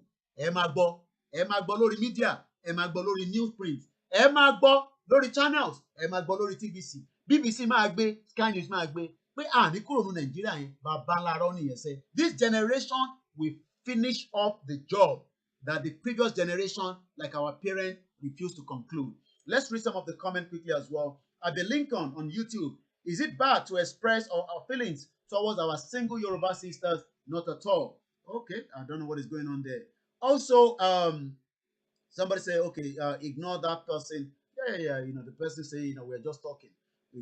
I hope the person is not in Nigeria. You'll probably be saved more because when the problem starts, and to ban international passport, the condom and the jadi kúrò ní Nigeria. Nígbà tí wàhálà bá dé, kò tí dé ni, bó fẹ́ tó dé. But for now, we are doing what they call awareness of our people, and they have every right to hold meeting. They have every right to sit down on a round table and discuss how they don't want to be part of Nigeria. But if the DSS or any security agency disturb them, it costs less to damage. Very, very less to damage. No easy jù láti damage. No easy jù. The answers, Larry, I think the answers will be out again in the next couple of days. Let's read more of the comment as well. Don't let the haters derail you from your mission. No. There's no. Now let's go to some of the other comments as well. Yes, contribute, to different platforms. I have always said, this is what we're going to be doing until and after we get a Yoruba nation. Even when we get a Yoruba nation, if Koikimedia goes the wrong way, make sure Koikimedia get punished. If I live here and I obey the law, and I don't see any reason why I will not obey the law of the land when we have a Yoruba nation. And those of you that say, oh, is this thing going to happen? No, it's not about is it going to happen. It will eventually come true because enough is enough with Nigeria. Any politician, they are wasting their time, whether they are PDP, APC. I have told them, Toba bi alaya onda, kote poster, karoju won, kote gboju e sita pe iwo lo fe contest, then you will know what would happen. But for now, we are preparing for them. And I say it again, Buratai, listen carefully to me. All your plans, we know. All your movement, we know. Every person that you are training, your hit squad, we have the details. We know where you are doing the training. All your fake properties that you are telling people to go and rent, we already have all the details with us. We are prepared for you as well. Like I said, this will be a fight between the federal government and some of us because this is not a joke. But for now, people might think it's not going to happen. There are so many people waiting as well for us to stop the trouble. And they know that Tabati gave trouble and will not arise. And one thing is, I have said it, we are not Biafra. We are Yoruba people, confirmed Yoruba people. And we are ready to go head to head with the Nigerian government. I don't give a shit. I don't want to use the F word because it's the afternoon show. I don't give a toss about any other person. Whatever they want to say, that is their own cup of tea. On this show, we are going head to head with the federal government and we are preparing for them. We have the preparation almost ready to go in the tabani. We are ready. And we know as well that they're also preparing as well. But you will not take Nigeria as another coup. If you think that is what you guys are planning, tell again the Sultan of Sokoto, it's better for him now to negotiate with us so that everybody can go our peaceful way. But if Sultan of Sokoto continue to insist that they want one Nigeria, that means we are going war with the federal government. And it's as simple as that. My name is Olayomi Koiki. I repeat again, we will go with war, head to head with the federal government, head to head, and we can activate in less than 24 hours from the time we declare that our boys, wherever they are, which we don't have to tell you, they're all over the place. Aki gbogbo ẹ̀yin tẹ́ wà ní Togo, aki gbogbo ẹ̀yin tẹ́ wà ní Benin Republic, aki gbogbo ẹ̀yin tẹ́ wà ní Ivory Coast, aki gbogbo ọmọ Yorùbá tó ń gbáradì fún nǹkan tó ń bọ̀. Ẹni tó bá lè tẹ́mi ọ̀bá lè gbé mọ́ nísìn, you better start careful on watching this show, because if not, your heart might be pumping. This is not a joke. I repeat again, we are ready to go head to head with the federal government of Nigeria. If the Sultan or the Sultan of Sokoto continue to insist that he's not going to allow the Yoruba people to go, that means we are ready to fight our way out. We will take the risk to make sure that we stop, this nasty contraction that have been joined by this country called Great Britain, where they refuse to also listen to us. Go and sign the petition. If you don't sign the petition, it will end up becoming a war anyway. So whether you sign the petition or not, I am not saying it's not going to happen. Oh my dogun, forget about those that say, go and call artists, go and tell Oba, Toba ti dogun, the first flight, everybody mama wajade, go to the airspace, close. The Elohim mama lọ sọ́nà Benin Republic, tó fẹ́ sá jáde pátápátá, àwọn kan máa wá dúró, àwọn wá parí ìjà yẹn, so that the next generation will never hear anything called the contraction of Nigeria again in the history of our life. Oh my ditoni, whether you like it or not, we are prepared. 24 hours. We give 24 hours and the whole thing will activate. But for now, we are still calling out to tell the people to be prepared. I have told you, go and stock up with dry food in your house. Let's go straight with the calls that is coming through. Hello, good afternoon, caller. Yeah, good afternoon, my brother Koiki. Well done. It's me, Prince Tini. Okay, sir.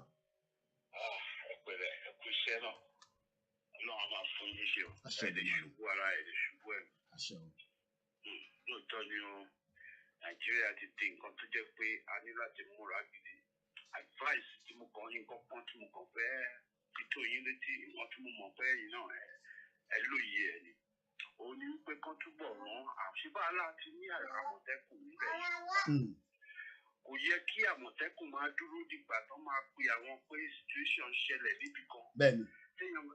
Tọ́dẹ bá fẹ́ lọ pẹran lóko, ọdẹ wọ́n máa ń wo àkókò, ó ní bó ṣe máa ń táìmù ara wọn láti jáde.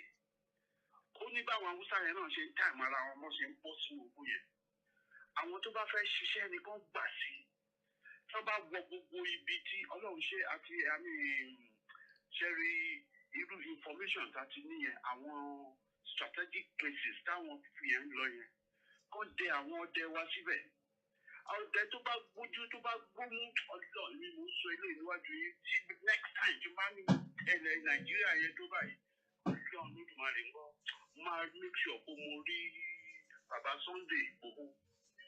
Adó gidi ní ìpínlẹ̀ gidi wọ́n lè máa sin Ọlọ́run kí n sí gbogbo kíní kan ilé ọba láti pépì ni. So mi ò lè sọ mi ò lè sọ gbogbo kíní wọ̀nyẹn nù. Everybody ìbájọ́kùnrin ìbájọ́bìnrin ló lọ sí Nàìjíríà. Obìnrin náà káwọn náà wọlé lọ kán mọ bọ́n ṣe máa fi hàn wọ́n bọ́n ṣe máa rí owó aṣọ kán ro lódì tó jẹ́ pé kò ní lè ṣẹlẹ̀ sí wọn. Ẹyin lásán obìnrin ní Adó Èkìtì mo tó níbi jẹ́ obìnrin ti ju ẹyin lásán tó jẹ́ pé ẹyin yẹn dẹ̀ gbiná nígbà ẹyin tó fi tí ò ti fẹ́ tó lára ẹ̀. Ẹyin yẹn dẹ̀ gbiná. Ìgbà yẹn bàbá kan wọ́n pè ní kíjẹ forúkọ bò láṣìí. Aláàjì kan bá ní Alábàdàn. Ẹyin lásán náà fi jó ilé ẹ̀dí ilé wọ́n bu petrol tí wọ́n ṣáná ti rọ́ọ̀bù gbà. Ẹyin lásán ni. Amọ̀ǹkà tó ń gbé wá sí ẹgbẹ́ ilé wa aládùn nǹkan kan oríṣi mo rí pé wọ́n wà débẹ̀. Amọ̀ǹkà yẹn wọ́n tó wọn kúrò ńbẹ̀ ni nígbà tó gba alágàdá kojú.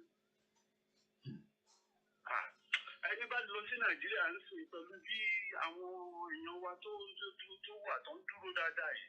Ẹ̀tọ́ bàbá mi Sunday Igboho lọ kò ti gbọ́ lẹ́nu àwọn kan láwọn wẹ́kọ̀mù ẹni tó máa wá ẹni tó bá dẹ̀ máa wá ó ní láti jẹ́ ẹni tó máa búra láti má láti má fi ṣe wá lára láti má fi pa wá lára. mi lè di tí bá dé Nàìjíríà kí n tẹ̀ tó lọ lé nìkan ni àwọn kan máa ti make sure pé mo ti get details wọn àwọn ni máa kọ́kọ́ wà lọ. Ibi tọ́rọ̀ dé yìí a ní láti múra gidi sọ́rọ̀ àwọn Haúsá ìyá ní kán máa lọ tí wọn ṣé wàhálà wà bẹ́ẹ̀ ni. Wọ́n náà wọ̀n lọ àwa náà nígbà ni wọ́n náà wọ̀n lọ àwa náà nígbà ni. Kò sí bá ṣe lè parí ẹ̀ kí àwọn pípù yìí ìwà wa ò bára mu ìwọṣọ wa ìṣesí wa ó yàtọ̀ síra pátápátá. Chief Tọ́ládé ní ti sọ́sẹ̀ bàbá mi má bínú pé ó ní sẹ́ 1,000 years from today you cannot change the mindset of the Fulani. So kí la wá ń dára wa láàmú pé ká wà pẹ̀lú wọn. So that's what I don't understand. Táwọn kan ṣe ni pé let's manage them. Manage who? You cannot manage the Fulanis. Ẹ lè manage wọn. Animals ni wọn. Ó ti kọjá time tá a ti yàn manage wọn. It's long overdue pé kí wọ́n máa lọ tiwọn. We need to do it by force or by fire. Everything we need to do it. Wọ́n lóòótọ́ lẹ́nu náà. Wọ́n lóòótọ́ lẹ́nu. Ẹ wo gbogbo bó ṣe ń ṣe gbogbo nǹkan ní Nàìjíríà. Ẹ wo àwọn ìlú tí ò ní nǹkan tó wá gbogbo. Ìlú tí ò bá ti síná, tí ò bá ti sí títì tó dáa, kò sí bí ẹkọ́nọ́mì ẹ̀ ṣe lè kú. Kò sí bó ṣe lè rí. 60 years of darkness. 60 years of darkness ni. We need to get out of it. We need to get out of that place. Thank you very much. Èyí mi jọ tó lọ lọ́wọ́.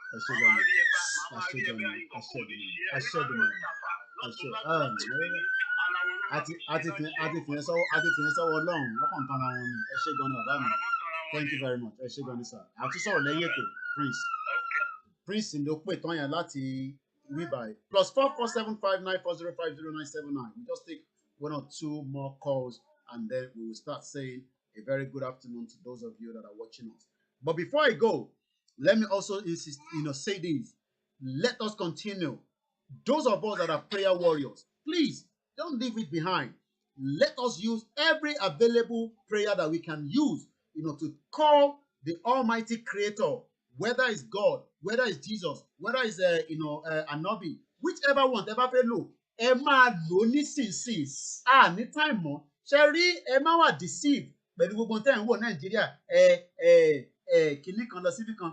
Àwọn kan lọ bá Jagaba nínú ilé. Gbogbo yẹn kò lè work. Ó ti late because the creator tó dá ayé tó dá ọ̀run. Ó mọ̀ pé Nàìjíríà sẹ́ ó ti wipe up kúrò níbi tó ń gbé sí. For now, ẹni tó bá sì ń fi pé Nàìjíríà is going to exist. They are wasting their time. And some people know that. But the problem they have with us, I will explain that. And those of you that are at home, ẹ lọ connect pẹ̀lú gbogbo àwọn ọlọ́dẹ yín. Ẹ lọ máa dọ̀rẹ́ ọlọ́dẹ nísìn. This is the time to be friends with them. This is the time not to be enemy with them. I guess we have another caller from London, and I go straight to the caller. Hello, caller. Hello. Hello, alàgbà kí o tiẹ̀ kú iṣẹ́ o. Àwa ni ẹ màmá wa. Àwa ni ẹ. Aṣẹ́dùmarè. Láṣẹ́dùmarè. Bẹ́ẹ̀ni, àdúrà ni, bẹ́ẹ̀ni. Ẹ ṣé gan ni. Ẹ ṣé gan ni màmá wa. Thank you very much. Lẹ́ẹ̀kan sí ẹ ṣé gan ni. Ẹni tó bá ní gbogbo ibi tí ẹ fẹ́ máa channel energy yìí sí nísì. Ẹ ní kankan lóòótọ́, àmọ́ ẹ ní Ọlọ́run. Ẹ má jẹ́ kí àwọn kan sọ pé ẹyẹ Ọlọ́run wo no. I won't do that on this show. I have told you. Ọlọ́run tó mọ̀ yẹn báwa máa pè é, báwa máa bẹ̀ ẹ́. Jẹ́ kó rọ òjò òkúta lé gbogbo wọn lórí kó lè tẹ̀ easy fáwa. Nítorí pé àwa fẹ́ jà ní o. Let me say this. Koiki Media, èmi fẹ́ jà and I will be on ground. I have told you that. Àwa fẹ́ jà ní. Nítorí pé a mọ̀ pé ìjà yẹn ló máa jẹ́ kó tètè yá. Àmọ́ ẹ̀yin lè wá ti wérí ẹ lè ti prayer bọ̀ kí prayer yẹn kó wá jẹ́ kí kinní yẹn kó easy fáwa díẹ̀. Àbí nǹkan tí mo sọ yé yín nísìnyí. Whether you are Christian, you are Muslim, you are oníṣẹ̀ṣe, ẹ ló gbogbo ẹ̀ ká fi communicate ẹ̀mí ká fi bẹ́ẹ̀ mí. Nítorí ìyá yìí àníṣe asend owó síyàn lánàá ọmọ kékeré 70% tọmọ yẹn bá dúró 10 days ní báńkì san yẹn ó ṣeé ṣe tọ́lọ́run bá ní ẹ̀mí ẹ̀ sì máa wà tọ́lọ́run bá ní ẹ̀mí yàn ní sí bọ̀ báwo lẹ̀mí ṣe máa wà tí kò bá ní nourishment lára tí kò bá ní the right thing lára tó bá dé stage concept tó bá ń gbàwẹ̀ títí gan Ọlọ́run bá sọ fún ẹ pé no o ní láti break o ní láti mọ́mí tó bá ṣe 40 days tó stand tó dúró tó tún ṣe for no Ọlọ́run kan máa sọ pé òun rẹ̀ ń ṣe kí ló dé. So this is what we are saying. Àwa send owó sí ìlú kan ìlú kan tẹ́ ń pè ní Nàìjíríà báńkì wa ń sọ fún wa pé ó máa take another 10 working days kó tó gbowó yẹn. And this is just happened today. Now think about àwọn àti ó sọ fún wọn pé sẹ́ ọmọ tí wọ́n fẹ́ lówó yìí fún emergency ni wọ́n ní náà kò sí nǹkan táwọn lè ṣe sí it has to be done from the headquarters. Ẹ wá ní kémi dúró kí n máa làágùn kí n jókòó sórí bíbá lójoojúmọ́ kí n máa sọ pé we keep on Nigeria. We keep on Nigeria. A bank like First Bank of Nigeria cannot refund the money back straight away. Kí ni ọba kódà tó bá tẹ̀ ní procedure tó bá ní protocol nígbà tá a ti sọ pé emergency lówó yẹn wà fún ó jẹ́ kó release owó yẹn ni wọ́n wá ní kẹ́ni yẹn dúró de 10 working days àti láti wá send owó mi sílé mi and you now say I should sit down here kò láti concern me ìbí mi wà níbí báyìí àwọn ọmọ ló wà níbí báyìí nísìn tó bá need hospital treatment tí bá ti pé 911 lẹ́sẹ̀kẹsẹ̀ 2 ambulance 8 minutes ọmọ adé bíbáyìí tí emergency yẹn bá le kókókókó helicopter máa wá bí tó máa páàkì sí tó máa gbọ́mọ yẹn sí wọ́n rú lọ nìyẹn straight away nítorí pé wọ́n value ẹ̀mí yẹn lèmi wá send owó sí lánàá tó wá fẹ́ gbowó jáde láti fi tọ́jú ẹ̀mí yẹn ẹ wá ní kí n má jà ẹ wá ní kí n dákẹ́ ẹ̀mí yẹn tèmi fẹ́ save tíjọba ò save ìjọba ò fún lówó ìjọba ò take care àwa tó wá fẹ́ save ẹ̀mí yẹn ẹ wá ní ká dákẹ́. Let's go straight to the next caller. Hello caller wa. Yes sir, ẹ káàárọ̀ sir. Ẹ káàsán màmá wa. Yes sir, ẹ wò ó èmi kàn fẹ́ dúpẹ́ lọ́wọ́ yín ni mo dẹ̀ tún fẹ́ sọ fún yín pé ṣáàrí gbogbo àwọn tó ń sọ yìí pé ẹjọ́ yìí pọ̀ ọ̀rọ̀ yìí pọ̀ yẹn ẹ ti mọ̀ yìí pé ara àwọn tí wọ́n rán káàkiri orí àwọn social media pé kó máa ṣọ́ àwọn tó bá ń sọ̀rọ̀ nìyẹn ẹ má tiẹ̀ fún wọn ní attention rárá àwọn nìyẹn àmì téèyàn fi máa dáhùn pé àwọn tí wọ́n rán wá nìyẹn ẹjọ́ yín ò pọ̀ awareness òun lẹ̀ ń ṣe. Secondly ṣẹ́rí àwọn Fúlàní yẹn àwọn government náà ń di àwa Yorùbá mú lọ́wọ́ fún wọn wọn ò ní agbára wọn ní ojo gan ọmọ ìlú àlè ni. Nǹkan kan ṣẹlẹ̀ ní ọdún kan tó jẹ́ pé irú nǹkan bẹ́ẹ̀ ti wáyé rí nígbà yẹn tó jẹ́ pé àwọn obìnrin tó bá ti lọ sóko ńgbà yẹn tí àwọn Fúlàní bá ti bá nínú oko wọ́n máa rape wọ́n máa pa wọ́n máa da màálù sínú gbogbo oko wọ́n máa jẹ oko. Ní ìgbà tí wọ́n kọ́ wọn ní ọgbọ́n wọn ò lo ọ̀sẹ̀ yẹn já tí gbogbo wọn fi sá lọ. Màálù mi rìn ní ààyè láìsí pójú rọ̀ nínú oko tó bá ti da màálù sínú oko báyìí àwọn màálù yẹn máa rìn. Àwọn Fúlàní dẹ̀ láti màálù ju èèyàn lọ. Wọ́n rìn tó jẹ́ pé Fúlàní yẹn ní láti sáré lọ bá baálẹ̀ ṣọ̀pá àwọn baálẹ̀ àwọn baálẹ̀ àwọn ọba wọn ti ń jẹ ìjẹkújẹ ọjọ́ ti pẹ́. Ìtò ṣẹlẹ̀ gangan ni àwọn lọ́tà wà gbogbo àwọn lọ́tà wà kò jẹ́ kí Fúlàní máa ẹ má bínú màmá wa kò jẹ́ kí Fúlàní máa threaten wa kódà káte sọ pé àtẹ̀síwá gba Jésù àgbà Muhammed tó jẹ́ kí Fúlàní tún máa threaten wa ni tó jẹ́ kí Fúlàní máa threaten wa nínú káàrọ̀ òjìrè ni ẹ wo tẹ́yìn sọ yìí nísìn bọ̀ nísìn àwọn baálẹ̀ yẹn nísìn ẹ mọ tó máa ṣe fún wọn Fúlàní àánú òun náà fún ní màálù 5 tó tóun bá ti bàtà ẹyẹ kan á fún amówó yẹn wá ní tó ń ṣe nìyẹn ìyẹn làwọn baálẹ̀ yẹn ò ṣe lè gbé gbogbo ìyẹn làwọn baálẹ̀ ẹ má bínú màmá wa ìyẹn làwọn baálẹ̀ yẹn ò ṣe lè gbé gbogbo àwọn oògùn yẹn jáde mọ́ nítorí pé àwọn náà àwọn náà ti become stakeholder nínú Fúlàní cattle dairy.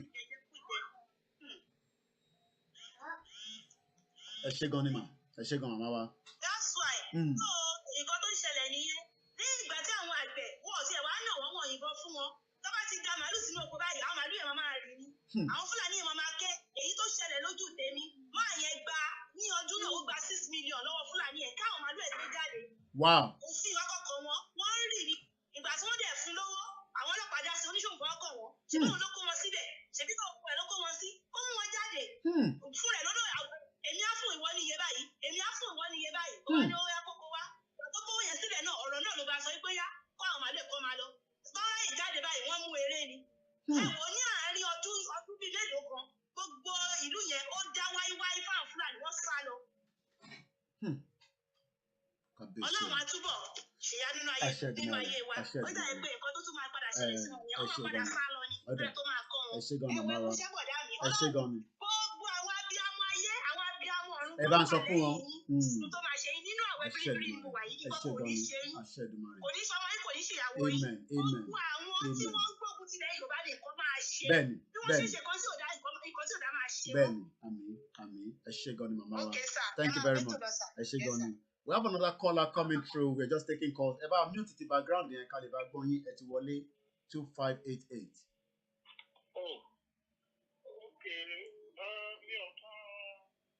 Ọ̀dọ̀ ẹ má sọ̀rọ̀ lọ ẹ má worry ó ti clear àti gbọ́ yín dáadáa nísìnyí mo rò pé there was another device.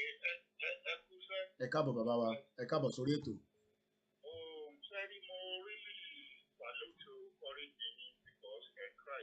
Ẹ ṣé gan ni bàbá wa, thank you very much. Ẹ ṣé gan ni sir. Ẹ ṣé gan ni bàbá wa.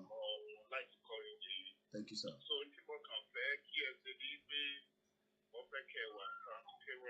Àgbọ̀yé sir. Ẹ ká sọ. Bẹ́ẹ̀ni. Bẹ́ẹ̀ kọ́, àgbọ̀yé.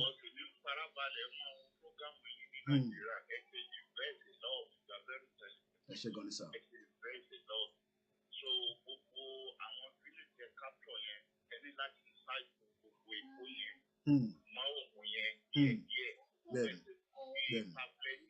Bẹ́ẹ̀ni. Bẹ́ẹ̀ni.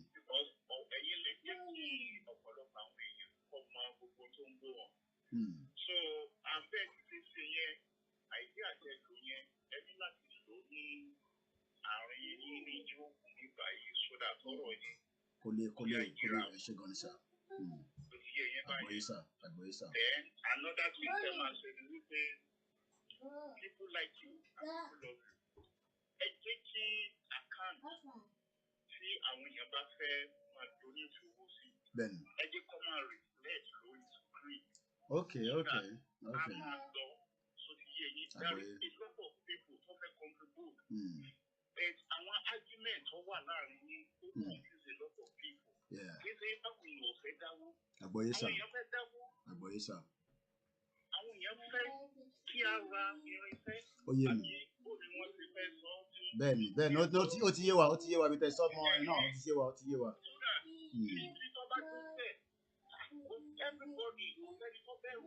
Bẹ́ẹ̀ni. Bẹ́ẹ̀ni. Bá tẹ̀ nílò gan bí gbígbàdúrà bá tẹ̀ wọlé gan bá níjà á wà lọ́wọ́ ìbáwá lá nìkan wá. Àwa lá nìkan wá àdẹ tọ́jú ẹ̀. Àgbọ̀yé.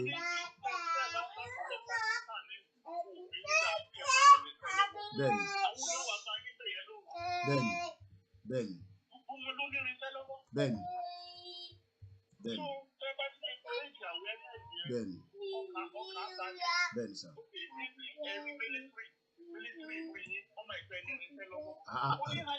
Òun náà a mọ̀ pé àwọn pípé yóò gbádùn. Wọ́n mọ̀ pé wọ́n gbádùn. Bẹ́ẹ̀ni. Ẹ ṣé gan ni daddy. Thank you for the advice. Ẹ ṣé gan ni sir. We keep all the advice. Bẹ́ẹ̀ni.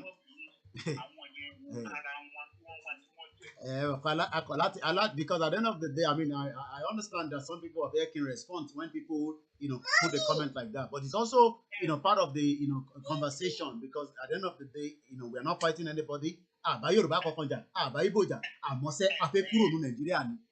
So Yorùbá tó sì fẹ́ Nàìjíríà, problem tiẹ̀ nìyẹn, kó má dí àwa lọ́wọ́, káwa náà má di tiẹ̀ lọ́wọ́. Ìbò tó bá wá sí bíbáyìí tó put comment. I mean, like, èmi ti ṣiṣẹ́ lóòótọ́ for so many years, so mo mọ tán pè ní feedback. So I know what it comes when dealing with different people, and I've been around for a long. So I've been around for a long. So to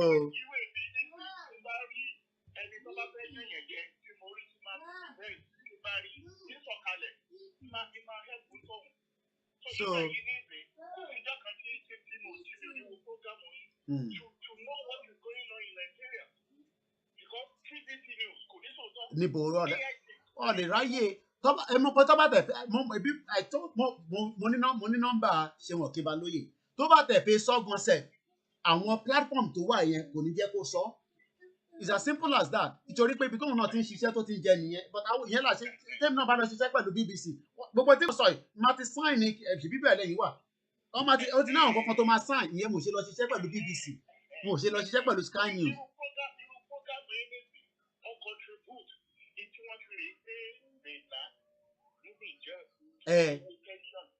Minor nìjẹ́ ni wọ́n mọ̀ ṣẹ́rí ẹ máa follow game yẹn dádì ṣẹ́rí bẹ́ẹ̀ ni sà Minor ọdẹ ó sá lọ sí nìjẹ́ ọ̀pọ̀ bẹ́ẹ̀ Yeah. Ẹ ṣé gan ni sir. Ẹ ṣé gan ni. Thank you very much. Bẹ́ẹ̀ni. Ntí kò yá àwọn èèyàn nìyẹn. Tó bá jọ́rọ̀ owó ni tó bá jọ́rọ̀ owó ni àti corrupt pẹ̀lú àwọn politicians. Gbogbo wọn lọ ti wá síbẹ̀ láti rí. Gbogbo picture la máa ń ṣe ní gbogbo gbà. They don't have ẹ má bínú dáàdì. This politician ntí kò yá àwọn tó wà nílé ni pé àwọn tó wà nílé feel pé tó bá ti mọ politician tó bá ti mọ ẹni tó lépọ̀n tó lé kan náà ó máa sọ ẹ́ dèèyàn. Ọlọ́run nìkan ló máa sọyàn dèèyàn. Tí system bá ń work ní ṣebí system kan làwa wà nínú ẹ̀ yìí. I have said it so many times. Tí bá need the loan, màá lọ sí website the government set up minimum of £50,000 with no interest for 1 year. So kí wá ni mo fẹ́ stress ara mi fún? But ní Nigeria there is no system. I send owó sẹ́yàn lánàá. Báńkì ló máa dé ó máa kù 10 days. 10 days. Ẹ ṣé gan ni sir. Ẹ ṣé gan ni sir. Thank you very much.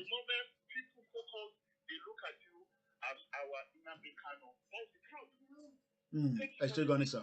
Ẹ ṣé gan ni daddy. Thank you very much sir. Ẹ ṣé gan ni. Bẹ́ẹ̀ni, mo kí màmá wa àǹtí mi Ọlájírè, I can see you there as well. Let me say this all the time. Our focus, let me move away from this minor to the 419 ní gbogbo anyway. Gbogbo àwọn tó ti ṣiṣẹ́ ní pension or owó gbà. Let me say this. As a brand, as a media, I know the angle of where we need to hit. Àfi tá bá fẹ́ máa sọ ní kẹ́bẹ̀kìbì. I have said it. Ìjà tèmi mò ń bá international community náà jà. Ṣé rí àwọn kan lè máa bá Nàìjíríà nìkan jà. As a media organization that is registered in the United Kingdom, I am fighting also the international community for looking behind, not doing anything when there is killing. Mo tó ń pè ní genocide. Where there is killing, kátẹ̀ kọ́kọ́ yọ pé a fẹ́ kúrò nínú Nàìjíríà. There is killing of so many people in the country and they're keeping quiet. So when I sit here, my message to them is you cannot continue to say you are looking for tó bá ṣe ń pààyàn ní Nàìjíríà. Ṣé wọ́n lè pa ẹyọ kan bẹ́ẹ̀ ní UK? Ẹ̀yin ọ̀rọ̀ àwọn ọmọ tó ń protest ní gbogbo ìgbà ni. Last week Saturday, àwọn èèyàn ṣì wà níta tó ń protest. Wọ́n wà níta tó ń protest. But because our community wa as Nigerians, bẹ́ẹ̀ ṣe máa ń pera wa, our kì í focus on what is happening within other community. Ẹ lọ wo àwọn òyìnbó yẹn, àwọn pure òyìnbó. Cousin mi sì ń sọ fún mi lánàá, ọmọ ẹ̀ nílùú yìí, wọ́n ń pè ní nígà. Ọmọ tó bí síbí tó jẹ́ British, òyìnbó ń pè ní nígà. So tẹ́ bá fi pé ìtagbédání pé àwọn tó wà lé nìkan ló wà affect. Ó máa affect àwọn ọmọ wa tó wà níbí báyìí náà. All our children will be affected, and this is why we cannot continue and say, let us continue to say, can survive, cannot survive. No, èmi ti gbé gbogbo wọn together because I am not a blogger. Ẹni tó bá dẹ̀ feel pé n tí mò ń sọ nínú bóyá America ni o ni kò like nǹkan tí mò ń sọ, wá kọ̀wé sí mi ni officially because my details is on the social media. Kò ń ṣe details in that ṣe. It is a registered organization. A dẹ̀ ti register ká tó gbé ọ̀rọ̀ Odùduwà dání. Ó ní nǹkan tí mò ń ṣe tẹ́lẹ̀ kí n tó gbé lè dání náà. Ẹ rò pé mo ní nǹkan tí mò ń ṣe tẹ́lẹ̀ ni. Ó ní nǹkan tí mò ń ṣe. But at the end of the day, this is what I want to do now. This is where the message is. And we have to finish it. Kí ló ń pè ní pé kọ́ ṣe awareness? Ṣé awareness orí social media lè fi pàfẹ́ máa ṣe? Èmi ti mọ̀ pé kò lè work. Ìyẹn làwa ṣe gbé àwọn èèyàn dìde nísàlẹ̀ tá à ń sanwó fún wọn, tá à ń rán wọn káàkiri, ta ní kẹ́ fún wa ní leaflet. Ẹ rántí, ẹ mọ̀gbà tí mo ti ń sọ pé ẹ fún wa ní logistics, máa paint gbogbo Nàìjíríà. Gbogbo bí tí ẹ ti ní wọ̀gbọ́ Yorùbá nation, wọ́n máa gbọ́ gbogbo ẹ̀ pátápátá. But tá a bá ní resources kí mo fẹ́ ṣe sí? If I don't have the resources, what can I do? Little ta ní nísìn, ṣé ẹ rí movement? The little tẹ bẹ̀rẹ̀ sí fún wa ní kékèké, ṣé yìí náà rí movement? This movement, because what we are doing at the moment is what the international community said we should do. We have not started any violence, but I know that we will become violent at some point because kí ni yóò ní lọ títí tí a bá sọ pé kò ní ṣe election, tí wọ́n dẹ̀ sọ fún wa pé election máa wà, ó máa wà violent. And violence is always there. Violence go on to ban election. I was in Nigeria last year when they hold the election. And you know, more violent to an election in last year. You all saw it now. Do you know how many people were killed during the election last year? So when people say we are being violent, then you're probably saying something that you don't understand. Last year election, the Igbo people were not allowed to vote in Lagos State. I know that. I saw that. Wọ́n jẹ́ kí àwọn Igbo kó dìbò fún PDP, even though I know that they're all the same. Do you know how many people were killed, innocent life? Do you know how many ballot boxes were burned down in Nigeria last year? So when we say we're going to burn places down, why are you scared of that? But I know that the only way we will fight this is to go down, down, down. Material wa ti dé Kanu, but it's just little. And right send. But tá bá ní púpọ̀. Tẹ́ bá fẹ́ fún wa lówó, ẹ fún wa. Tẹ́ bá fún wa lówó, ẹ fún wa ní material. Ẹ má jẹ́ kó sú yín. Wọ́n gbọ́ tẹ́ ń sọ yẹn kò lè débì kankan. Àwa máa ṣiṣẹ́ désàlẹ̀. Àwọn tá kó jọ. Àṣé tó bá bí àláyà gọ́ọ̀mẹ̀ntì dá kó lọ gbé kankan nu wọn. Ìgbà yẹn lẹ́ máa rí pé ṣẹ́rí gbogbo ohun tí à ń sọ yìí ó máa wálẹ̀ gírí ni. Because the only way nígbà tí EU tí UK máa kúrò nínú EU they were ẹmọ ètò náà ni billions and billions of pounds sterling lọ́ fi ṣe advert lọ́ fi ṣe so many things. Ṣé èmi ṣe advert lórí show ni? Èmi ò ṣe advert now and I don't need to do advert. But mo mọ̀ pé the little tẹ́ bá mú wá a máa fi ṣiṣẹ́. Ṣé ká ti jẹun ká ti sùn ká jí? But tẹ́ ẹ bá fún wa ní gbogbo material yẹn. So now where do you want me to get the money? Every day là ń send owó sílé for purpose that is working, not purpose that is not working. For the purpose that is working. À ń ṣàìsùn, à ń ṣe gbogbo ẹ̀. So tẹ́ ẹ bá support, how do we do all that? No, èmi bí everybody ní o. So báwo lè fẹ́ kí a máa ṣiṣẹ́? So kíkọ̀ máa pa àwọn èèyàn nílé, ẹ lọ sí Kwara, ẹ lọ sí Nasarawa, ẹ lọ sí Jẹ̀bú. How do we do that? It involves money. Because as far as I'm concerned, all the organizations that say they are doing something in Nigeria, I can't see it. If ẹ bá ní organization yìí ni, tẹ leaflet, tẹ banner, ẹ dúpẹ́ lọ́wọ́ bàbá wa kan, mo fẹ́ dárúkọ wọn, wọ́n wà lórí YouTube. A ti ṣe banner lọ́dọ̀ wọn nísìn, a ti fẹ́ tó more than 100 banners, kì í má overrated. We have done over 100 banners at average ọlọ́run ló mọ ètò ń ṣe. Wọ́n ò gbowó lọ́wọ́ mi. Wọ́n ní anytime tí bá ti ní the banner kí máa pe ṣọ́ọ̀pù wọn. Ó tẹ̀ tó ẹ mọ̀ pé Nàìjíríà ẹ mọ̀ báwọn ọmọ òṣìṣẹ́ tó ṣe máa operate. Ó dé stage kan mo rán wọn lọ síbẹ̀. Wọ́n ní ọ̀gá òjì sọ kí ni kẹ̀. Ni mo tún pè wọ́n bàbá yẹn ní kí ló mì pé mo ti sọ àní àwọn ti fún wọn ní orders anytime tí Koikimedia bá ti wá síbẹ̀ kó máa tẹ banner. À ń sanwó Zoom táwọn èèyàn fi ń ṣe meeting láti Nàìjíríà wọ́n fi ń ṣe meeting ní bíbá ṣé free ni? It's not free. À ń sanwó mixer loud. All these things are not free. Ẹ rò pé media cheap ni? Media is not cheap. Media is the most expensive thing in the world. Òun dẹ̀ ló lè gbé message yẹn lọ síbi tẹ́ fẹ́. Ẹ fi pé sí ayé òwò tí mò ń ṣe ni. Ẹ fi pé wọ̀ wọlé MI5 ni. Ó mọ tá à ń sọ. But kò tí ì kàn wọ́n because as far as I'm concerned, I'm not saying terrorism to this country. Nigeria ni mò ń bá jà but UK wà involved.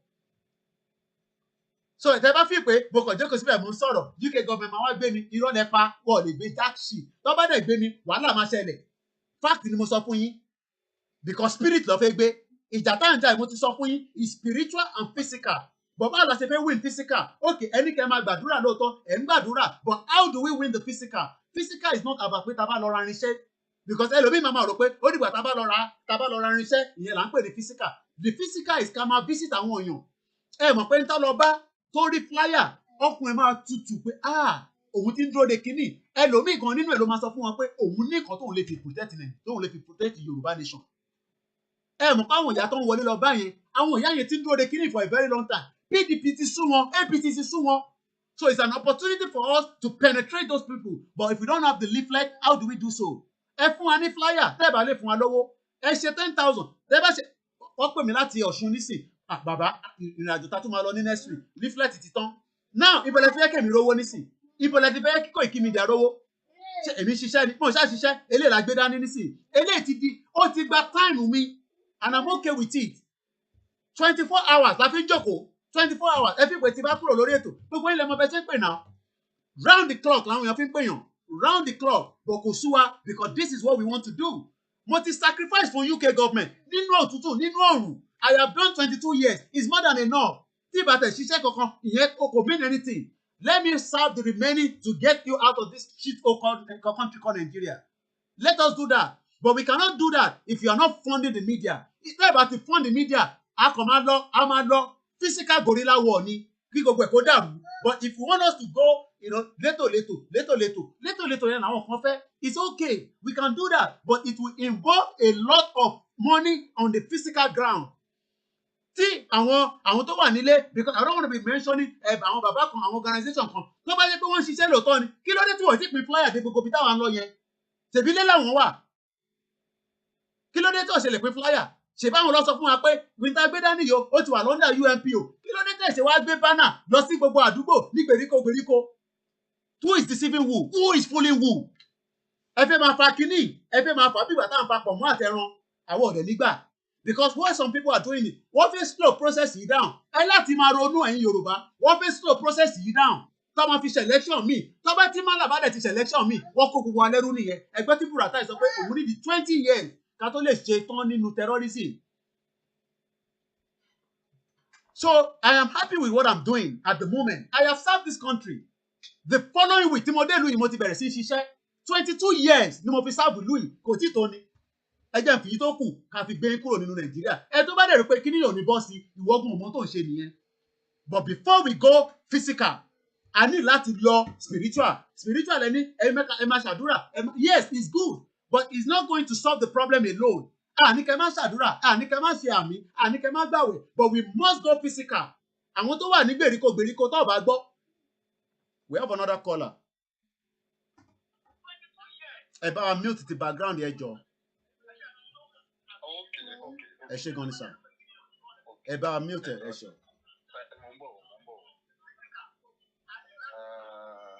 Ẹ pa àbí kẹ́ mute ẹ, kẹ́ bá fi máa wojú mi ẹ kọ mute ẹ, so that a lè máa fi gbọ́ yín lórí fóònù nìkan.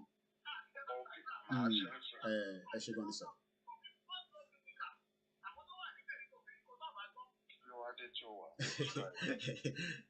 Ó ti hang.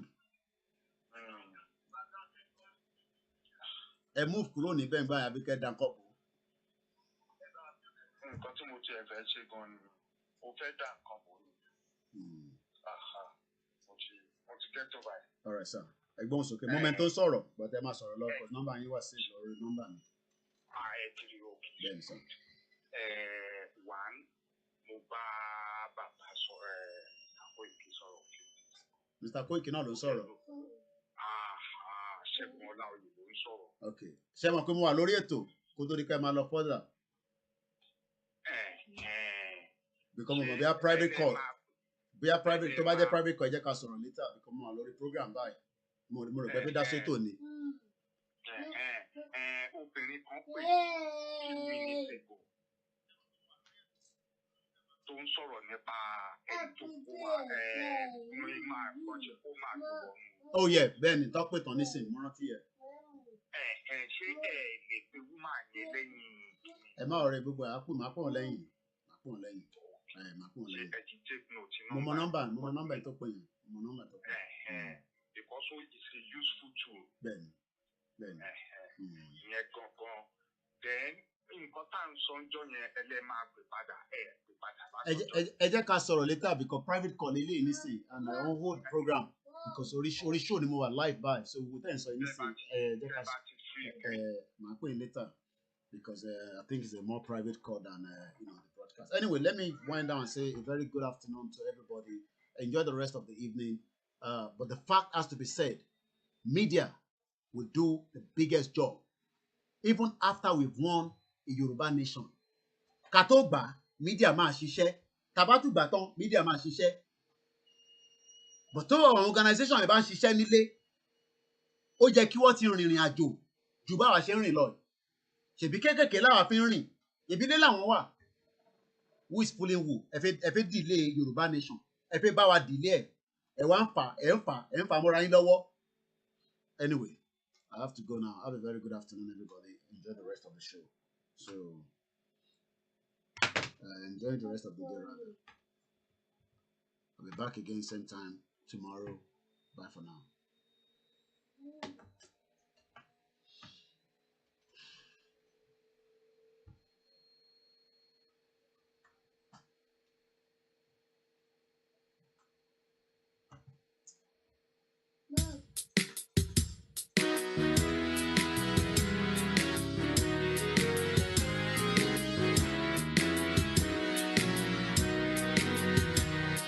Share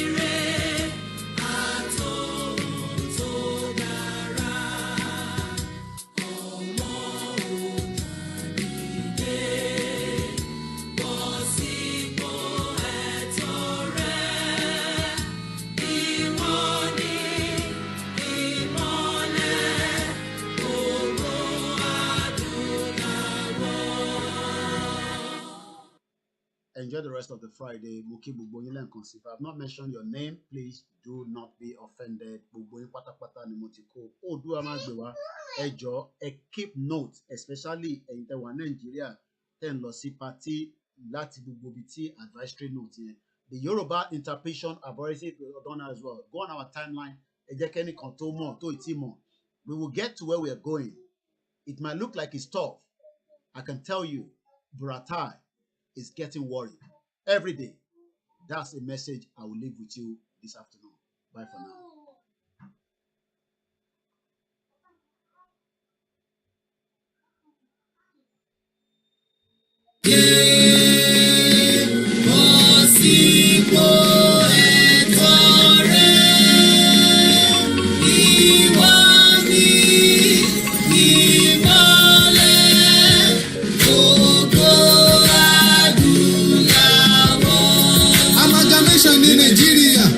Created by the enemy of black men, death, where the black never civilize.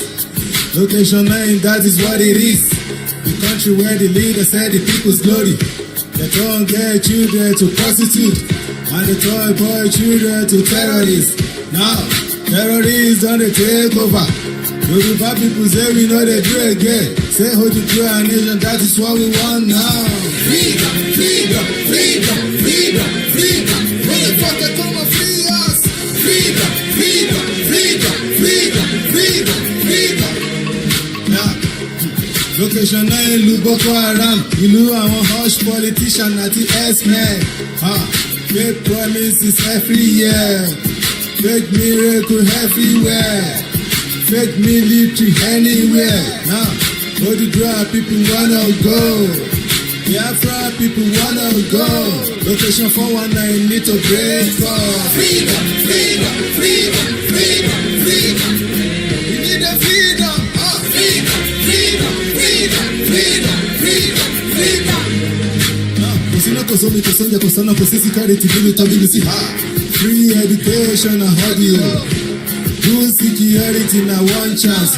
Over 100 million people don't poor. All my nigga need a job, they know they see work. They want to go to farm full and near attack. Don't give me any fucking reason why we no go. Even many people say they wanna go. Freedom, freedom, freedom, freedom, freedom, freedom, freedom, freedom, freedom, freedom, freedom, freedom, freedom. Tó bá gbàgbọ́ nínú ogun Republic, ẹ̀jẹ̀ kan sí wọ́n bọ̀.